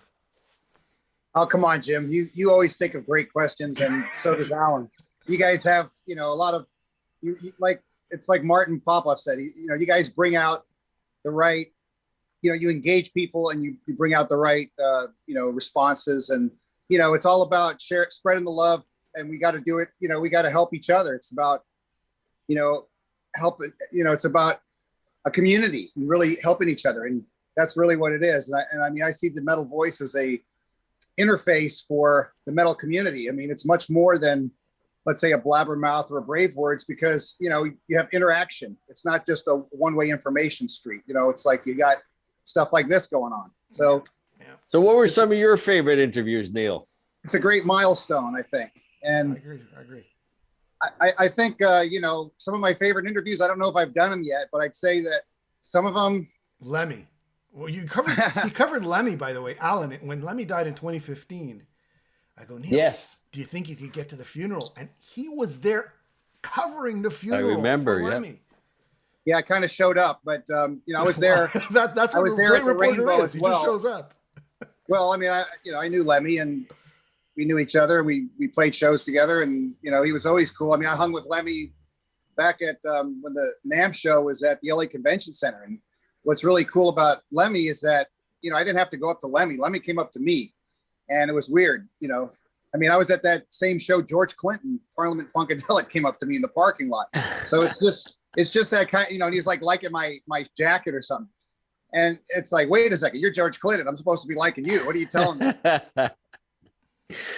Great interviews over the years. He's that kind of guy that, not only was he a Motorhead, but just as a human being, what an incredible human being. Right? Your audio kind of faded. Okay, good. Character, but also just incredible people skills. His people skills were way above and beyond most mortals. I mean, that's kind of really what I think of when I think of Lemmy. And of course, I was connected to Lemmy with the music, and I knew him back in New York when he played the Beacon Theater back in like 1983 or something. Neil, maybe you want to move to another location. Your audio is kind of fading. So one of your microphones kind of fading in and out there. I reconnect. I lost the audio. You can reconnect if you like. It sounds like you're inside a shell. Yes. I'm not hearing the audio. My headset in the wrong place. Yes. There we go. He's back. Not working. Neil is back. Live from Redondo Beach. 1 second. I can't hear anything. You guys talk. All right. It's okay. Yeah. No, you're coming through nice and clear. Yes. The sun is the sun. I wish I was there. It looks like such a sunny and warm day. We don't even know what that means. So, yeah. Mic check. Can you hear us? Don't you hate that? Technical difficulties. First time I met Neil in person, Alan, was at the show. He played in Montreal for Death Riders. No. When he was filling in for, I can't remember that band. Oh yeah. He filled in as a singer. Somebody got. Yeah. That's where I met Neil in person for the first time, and after that, I was in California. Technology. There it is. We can hear you now. You sound a lot better. Look at Right, you. got that one away. Yeah. Can you hear us? Neil, is that your condo there? Guess not. All right, I'll look at the comments. I'm going to sign back in. Okay, sign right back in. back. Couch Potato Phil says, Fistful of Metal is a classic. Hey, man. Bobby Z is one of the great metal drummers. Marcy, I've seen quite a bit of Neil's shows over the years. Paulo, son? Yeah. I can relate to that. Keeping the Zombie Guy, Buffalo Love, and that's for probably Jim Crean, right? Man, a legend in the area he was writing. I'm going to leave and come back in. Oh, wait. Oh, no, you sound good now. Neil, we can hear you. So it's jamming up. Okay, I hear you guys. Sorry about that. It was a stupid technology. It's all good. Technology. You're last. It's all good. We don't have to wait for anybody. Going back 10 years, we were running into this on every interview. We're stalled, and now we're kind of spoiled these days. Look how many people we had on tonight. So it is. Hey, I'm sorry about that. There's Neil. Back in the day, we're even talking about like 7 years ago. There's no way we could rotate guests like we do today. There was wires, cables, lights, construction lights. It was insanity, man. YouTube. I want to tell you. Go ahead. I'm sorry. YouTube could not stream live, right? There was no live streaming 6 years ago. If there was, it was very, very few people did it. The tools were not there yet. Now look at us. We're live. We're live like the radio. Well, I just wanted to point out a couple of really significant interviews that I felt were worth mentioning and revisiting, because you had asked Alan, what were some of the highlights or some of the high points and some memorable moments. I mean, there's so many of them, but I just wanted to mention that Biff Byford, the first time I interviewed Saxon was at the Motorhead Saxon show with Crowbot opening at the in downtown LA by USC. I'm trying to think of the venue. And what was really cool about that is I had my camera at the time. I had a microphone, like a Nikon camera. And what happened is I've got my iPhone, and then I'm trying to get get it all set up, right? Because I was kind of nervous. I'm interviewing Biff the first time. I couldn't like Jimmy sent me to freaking Hair Nation, and now I'm like, holy shit. Trickster needs you. We know that feeling. We know that feeling well, Neil. We know there's that a feeling. chance that maybe I could talk to Lemmy and get somewhere, but it was a lot of security and busy. Jimmy, why am I going to Hair Nation? I go, but Trickster, you got to go. Yeah. Well, the Bullet Boys were really cool. I mean, Yes, I really love Mark Crean. He was great. So what happens is I go to talk to Biff, and he invites me on the tour bus. I'm like, okay, that's really badass. So we get on the tour bus, and the whole band's on there. And not only that, but then I'm like, I brought this book I bought in Germany. I had him sign it, and I showed it to him. He says, holy shit, you got that. And I brought one for Lemmy to sign, but I couldn't get to Lemmy. But I saw Lemmy there. I saw him backstage, but he was surrounded by people. You know how it is. And so Biff was so totally cool, because my camera, I think I left the memory card or the battery or some stupid thing, because you're in a big rush and you try to grab everything. And what happened is, I screwed that one up because I didn't have my HD camera, and I had to use my iPhone, and I still did it. And Biff was totally cool about it. I got to give him all the credit, because he was a total professional. I'm sure he's seen all the moves, over the years. And, I just love that about the people that really are the statesmen of heavy metal. They carry the flag in a big way. And that's Biff Byford and Saxon for sure. And then, go ahead, guys. Yeah, if I could just add to that, because we're talking about Saxon. The last time we interviewed him, Nigel's outside. He's got his backpack on. He looks like somebody's grandfather. He said, I'm just going to go for a walk, see the sights, And then you see him on stage later, and he's a complete beast on drums. Then we get on the tour bus, like you said, and it's I joke that it's a long ways from the 80s when you probably had a huge young women on the back of the tour bus, and not two middle-aged men like me and Jimmy. But then Paul comes over, and would you like a drink of water? Would you, a real British gentleman, right? Yeah, like, they're so would you nice. like anything? So Can we get you anything? It's like, well, this is your tour bus. We're the ones, invading you. So anyways, it was just a great interview, and they're just great guys. I just want to get that out there. Wonderful people and an amazing band. I mean, and the band I've always looked up to and always admired. And, I'm really a fan, that's what I am. I mean, I appreciate bands that I grew up on, just like you guys, and I love them. And Saxon's one of those bands that I just can't get enough of. It's a fantastic band. They're just stellar live, and amazing people. This is a good segue. So me and Alan, we're trying to do this. I'm not saying it's going to be successful or not. We're trying to write a book, or books, or volumes, and it's basically what you're saying here, Neil. It's basically our experiences on tour buses, back halls, crammed dressing rooms, the things falling apart, and the comedy behind it, and the laughs. So it'll be the Metal Voice book, volume 1, 2, 3, 4, 5. I don't know what it's going to be. I don't even know if we'll be able to finish it, but it's funny so far. I don't think Martin and Popoff's worried at all. No. This is like two goofy guys, wandering around, meeting the people who don't know where to go meet their whole lives. And I just want to say thank you, guys. Thank you, Jimmy. Thank you, Alan. Thank you for the opportunity to do 80 interviews and shows with you guys. I mean, only 10% of only 10% of what you guys have done, but it's just an honor for me to contribute and be part of it. And, you know, it's an opportunity for me to meet these people too, as well, which is phenomenal. I mean, when I had the opportunity to meet Uli, John Roth, who I remember being in a record store in New York City, uptown, and I was on some appointment. I walked by some used record store and I'm like going through it. Holy shit, Tokyo tapes, you know, and there I'm looking at the stuff. I never seen this anywhere else.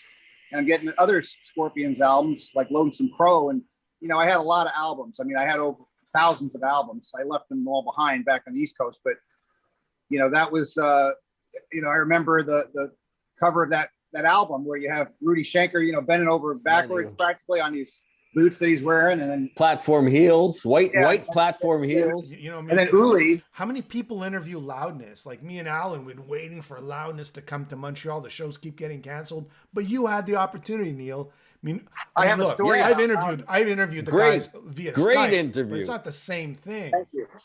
I have a cool story about Loudness too, but I just want to mention that, you know, with Uli. So what was really cool, and you can watch it in the interview the second time. Like the first time, you know, I was really kind of, there was a little bit of trepidation. I was kind of trying to tread lightly because I didn't want to just go for the throat and go say, you know, tell me about that Hendrix guitar, you know, because I mean, I'm a big Hendrix fan. I did a Hendrix song on my solo album back when, and, you know, I'm in touch with Jimi Hendrix's brother, you know, so I'm just like, That's the next interview there, Alan. That's the next interview right there. Yeah, well, I reached out, so we'll see what happens. But I mean, I would love to have that opportunity, and you know, I have much respect for the legacy of Jimi Hendrix and for, you know, for his brother Leon, who's an amazing artist himself and a very cool person. So very, very interesting to know. You know, it's something as a fan I really like to find out details. You know, I'm a truth seeker. I like to know the truth. You know, I don't, you know, do well with propaganda. I agree with you, Neil. You know, me and Alan, we've always strived to sort of go beyond the interview. You know, like there's the typical questions we always try to get, and I think that comes from research and knowledge. You know, if you could understand someone you're interviewing, then you could dive deeper. And I don't mean it in a negative way. I mean it in a more interesting way. You know, it was phenomenal for me to talk with Uli about that Hendrix guitar. He said to me, Neil, he said, you know, like nobody asked me that question. Nope, that's the first time.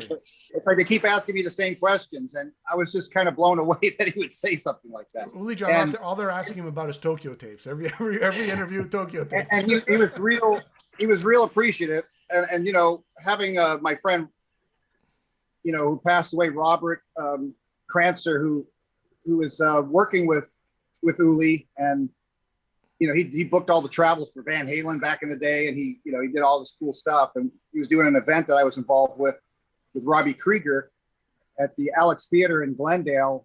We were working on something like that, and then, you know, things happened, obviously, and then he passed. But he put me into a lot of contact with Uli. In fact, when I did the first Uli interview, I met Robert, and that's kind of how that all came about, thanks to you and the Metal Voice, you guys.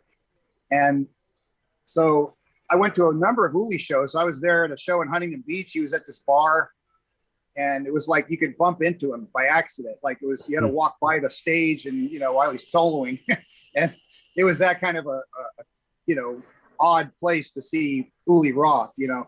And also Gallagher's, it was called, in Huntington Beach. And then also seeing him out in Orange County. I think it was out, Dana Point. So he played out there, and it was great. So he's like, man, you came all the way out here. So Uli's walking from the stage from the dressing room to the stage. Oh, you came all the way out here. I was like, yeah, of course I did, you know. We had one occasion to interview Uli, and it was Gus G from Firewind. His band was in Montreal at the same time. We were trying to get them both lined up at the same time. You remember, Jim? And there was a snowstorm. Everybody comes up from New York. When they play Montreal, they come up from Poughkeepsie, and they come and play here after. And there was 4 feet of snow. The interstates were shut down. Northern New York here, and it just didn't happen. We couldn't get to him because the show was canceled. He couldn't get to the venue on time. It was a huge, huge snowstorm, and we never got the pleasure of interviewing Uli. So I did interview Uli. Oh, okay. I mean, later, back then there was a huge snowstorm. Like later on, and it's everything Neil said. Sweetheart, And I just great really guy, but he always sorry. wants other questions. He doesn't want the typical questions. And I liked Uli when he answered the question about you know, about current music today. You know, he really obviously is quite a deep, you know, he's a deep listener and a deep player. You know, he's definitely on a deep level.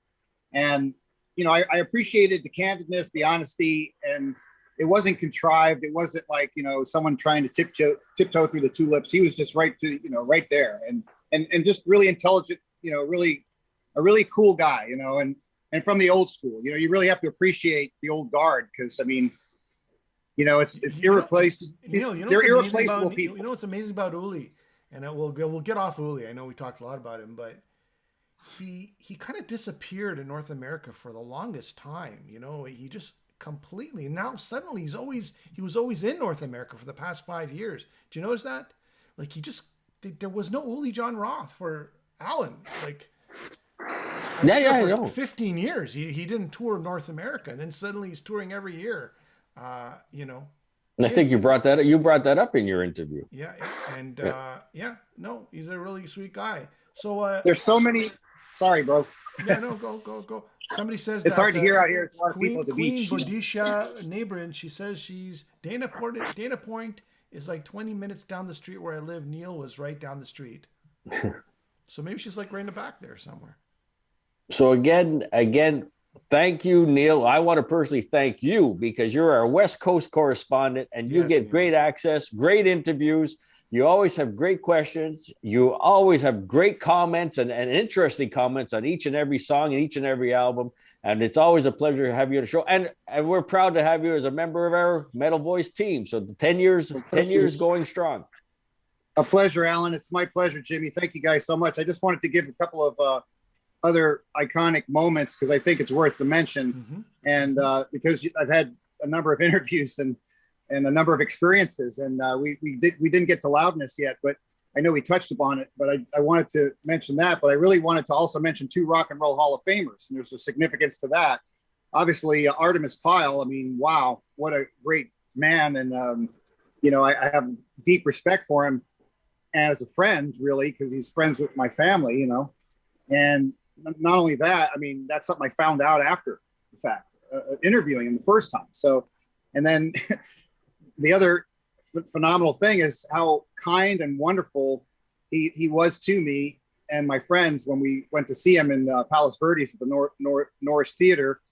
And that was the first interview with Artemis. And he was very candid about the plane crash, the horrific 1977 crash that, you know, took out Leonard Skinner at the time.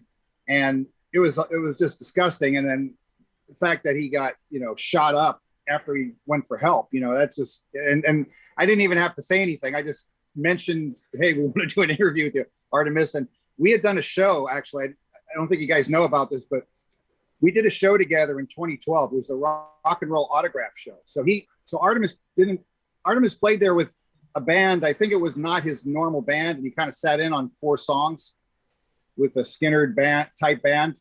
And it was great. And actually he went on right before us. So he was kind of there in the ballroom when we played, my band, Neil Turbin, and it was my solo band at the time.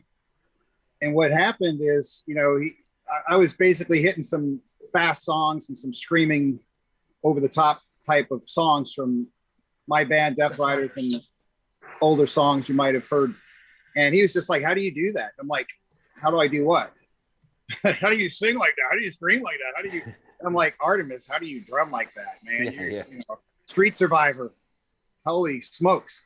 So I'll just leave it at that. I mean, that was, and then after playing the show, you know, I was kind of shy about coming up to him, a little bit trepid, you know, a little bit of FUD, you know, fear, uncertainty, and doubt, you know, just a little bit of like this Artemis Pyle, and he had, you know, his cowboy hat on, and I had mine, and I'm going up to him, and I'm just like, you know, this is Leonard Skinner's drummer, you know, but he was totally cool and totally gracious, and, you know, made you feel real comfortable. And I think that's a really significant moment because it's those artists that make you feel like you're one of the peeps, you know, you're one of the crew. and there's ones that make you feel like you're not one of the crew. And I can tell you some names, but I won't mention them because you've probably interviewed a few of them. But yeah, it's like that. I got to say something, Neil, and I'm not trying to be rude, but we got to shut down soon. Okay, sure. Because we've been going for 113 minutes. I know you're dinner's on the going for table. almost 2 hours I was now. going to say you got me at the end. You got me at dinner time. This is rough. But I'll just mention the last one, Glenn Hughes. I want to say this. I don't think there really has ever really been a bad experience. No, we've been lucky that way. We've been lucky that way for sure. Because I think that 80s sort of brushing people off attitude is gone. It's a different era that we live in where artists need exposure and they're always paying for it. And then when there's free exposure, they'll take it. So they're more kinder, they're more gentler, they're more responsive to people who do interviews. But we're very choosy about who we want to interview, right, Jim? Yeah. Oh yeah. Well, everybody's been cool. I'm not saying that. I'm just saying that, some people, when you approach them, not necessarily for an interview, they're not always warm and fuzzy is all I'm trying to say. I'm not trying to say that people weren't cool for an interview. You're saying Glenn Hughes. You mentioned Glenn Hughes. Yeah, Glenn Hughes. Now I was friends with Glenn. We were hanging out all the time back in the 90s, the late 90s, and like 96, 7, 8. Hold on. Around 99, around that time frame. And or actually it might have been 97 through 99, but it was really, I wanted to do an interview with Glenn. So I tried to reach out to him at NAMM, and it was just hard to reach him. And, then the next time he was very gracious and let me do it on the fly. And, Glenn's a Rock and Roll Hall of Famer, amazing guy, amazing singer, amazing bass player, and a legacy artist. And I just thought, it's so cool when that happens, when you can, it's hard. You couldn't get the person to arrange it on the phone. You couldn't get an email. You couldn't mark it down. But these people are so cool. And, I got to give the props to Lita Ford and her manager too, because we were there, you and I, Jimmy, and we got them. Let me tell the story to Alan. So here we are with Lita Ford, and nobody's interviewing Lita Ford. We're at the Metal Hall of Fame. Me and Neil are there, and I go, Neil, we got to interview Lita Ford. Neil's going, we got to interview Lita Ford. And Neil, I don't know how he did it. He convinced the manager. Nobody interviewed Lita Ford. Not only did he convince the ad manager, I was doing a camera. He convinced the manager, and he got a great interview out of her, and he got some little nice tidbits of what she was talking about or what she was planning to do. And there's so many more people which I won't cover now, but I just I could give credit to all the thrash metal artists, all the rock artists. I mean, there's just so many people that were cool. I mean, Jack Black gave me an on the fly interview. It's true. That's Jack Black. All the great people at the Randy Rhoads events and the great people at the Ronnie James Dio events. I mean, so amazing. Yeah, I think the biggest star you've interviewed is Jack Black. That's sort of like Hollywood level we're talking about here. He's a huge Dio fan. He's like huge. So for those of you who have not seen the Jack Black interview by Neil Turbin on the Metal Voice, check it out. Neil, and I just want to say the last one is Loudness. So I have to mention this. So I was there. Loudness, baby. I was there in Brooklyn at L'Amour's Brooklyn in 1982, I think it was, or 83, whatever it was. Loudness played in the U.S. for the first time. It might have been 84, but I think it was 83 or 2. And Borovoy Kurjan from Blabbermouth was out the front door, and I was outside waiting for Loudness. It was freezing cold, 0 degrees, shitty weather in New York. And we're there waiting for our band that we love, Loudness. So that was my Loudness story about back then. And who knew it was going to be Borovoy? And then I run into Borovoy at the Who. It was a Brian Tichy event that he did at the House of Blues in Hollywood, and so we talked for the first time in person since New York back in the 80s. And he's like, "Hey, we were standing outside Loudness." I'm like, "Oh yeah, that's right." And yeah, you look kind of familiar. So. And then I was on his bowling team, which was really cool at the Dio event. But great. I love Blabbermouth. But that's not even the story. So when I went to interview Loudness at their hotel after the show the next day before they left town, what happened is, I interviewed Minoru and Akira, but I think Minoru was a little bit better on the English, but I just love both of them. They were so amazing. And then I did a Randy Rhoads event a couple of years later, a year later, and guess who was playing on the same show? Akira. Oh. So I'm sitting there with Akira, and we're just like, and this is what Akira says to me. I mean, this is the story I wanted to share. How's his English, by the way? How's his English? Well, his English was fine, and I'm like, his English was fine. Why didn't he want to talk to me that day? But he was fine. He was very friendly and cool. But he said, I said, you play guitar and I want to play drums for you. He's like, I want to play drums. Like, you can sing, I'll play drums. I'm like, what? Akira Takasaki. Yeah. I would just love saying that. Akira Takasaki. Those guys are so fun and they're so cool. And I could just go see Loudness every day. You know, they're Yeah, I love Loudness. Remember live, remember Loudness. Loudness? Tusk of Jaguar. They came here. They canceled. I think it was No. visa problems. There were visa problems, right? There were 4 or 5 times, Jim. And it's like every time that we get our hopes up, they would get canceled. So One of my favorite bands. Neil, thank you so much. We thank you. We thank you for everything you've done. yeah, The craziness. We'll include you in our book. Thank you. And the craziness. And how about the time? How about the time that I got to interview all the guys, the original band of Exciter that I hadn't seen since the 80s? That was right. Yes. all of the original guys. We'll in say one this for place. another time, Neil. I know. I'm gonna drive It's 2 like that. hours. We hit the 2-hour mark. we got to. You guys didn't even drink beer yet. What's going on? No, I got a cold one waiting for me within a All minute right, here. So. You're everybody. supposed to raise the glass. Everybody. 10 years. Thank you so much, everybody. I'll get Thank my you, glass Neil. of water right here. Thank you all our viewers for supporting us. Keep supporting us. Keep subscribing because guys like Neil and we just love doing the interviews and bringing it to you. And we like to do it for years to come. So keep subscribing, keep checking us out. Thank you for all your comments. Thank you for watching the show. And we'll try to get this done for another 10 years. So Thank you so much, gentlemen, and happy 10th anniversary of the Metal Voice. And by the way, 2 interviews with John Bush. oh yeah. I had to throw that in there. Yes. John Bush is the man. That was so cool of him, and he was great. So, I mean, I love John Bush. I love the Metal Voice. And peace out from Redondo Beach, California. All Beautiful Peace Redondo out from Beach. Montreal, Canada. I'm going to go get my snow shovel and get in the car and go find some snow. Thank All you, right. Neil. Thank you, everybody. Thank you, everyone. That was fun.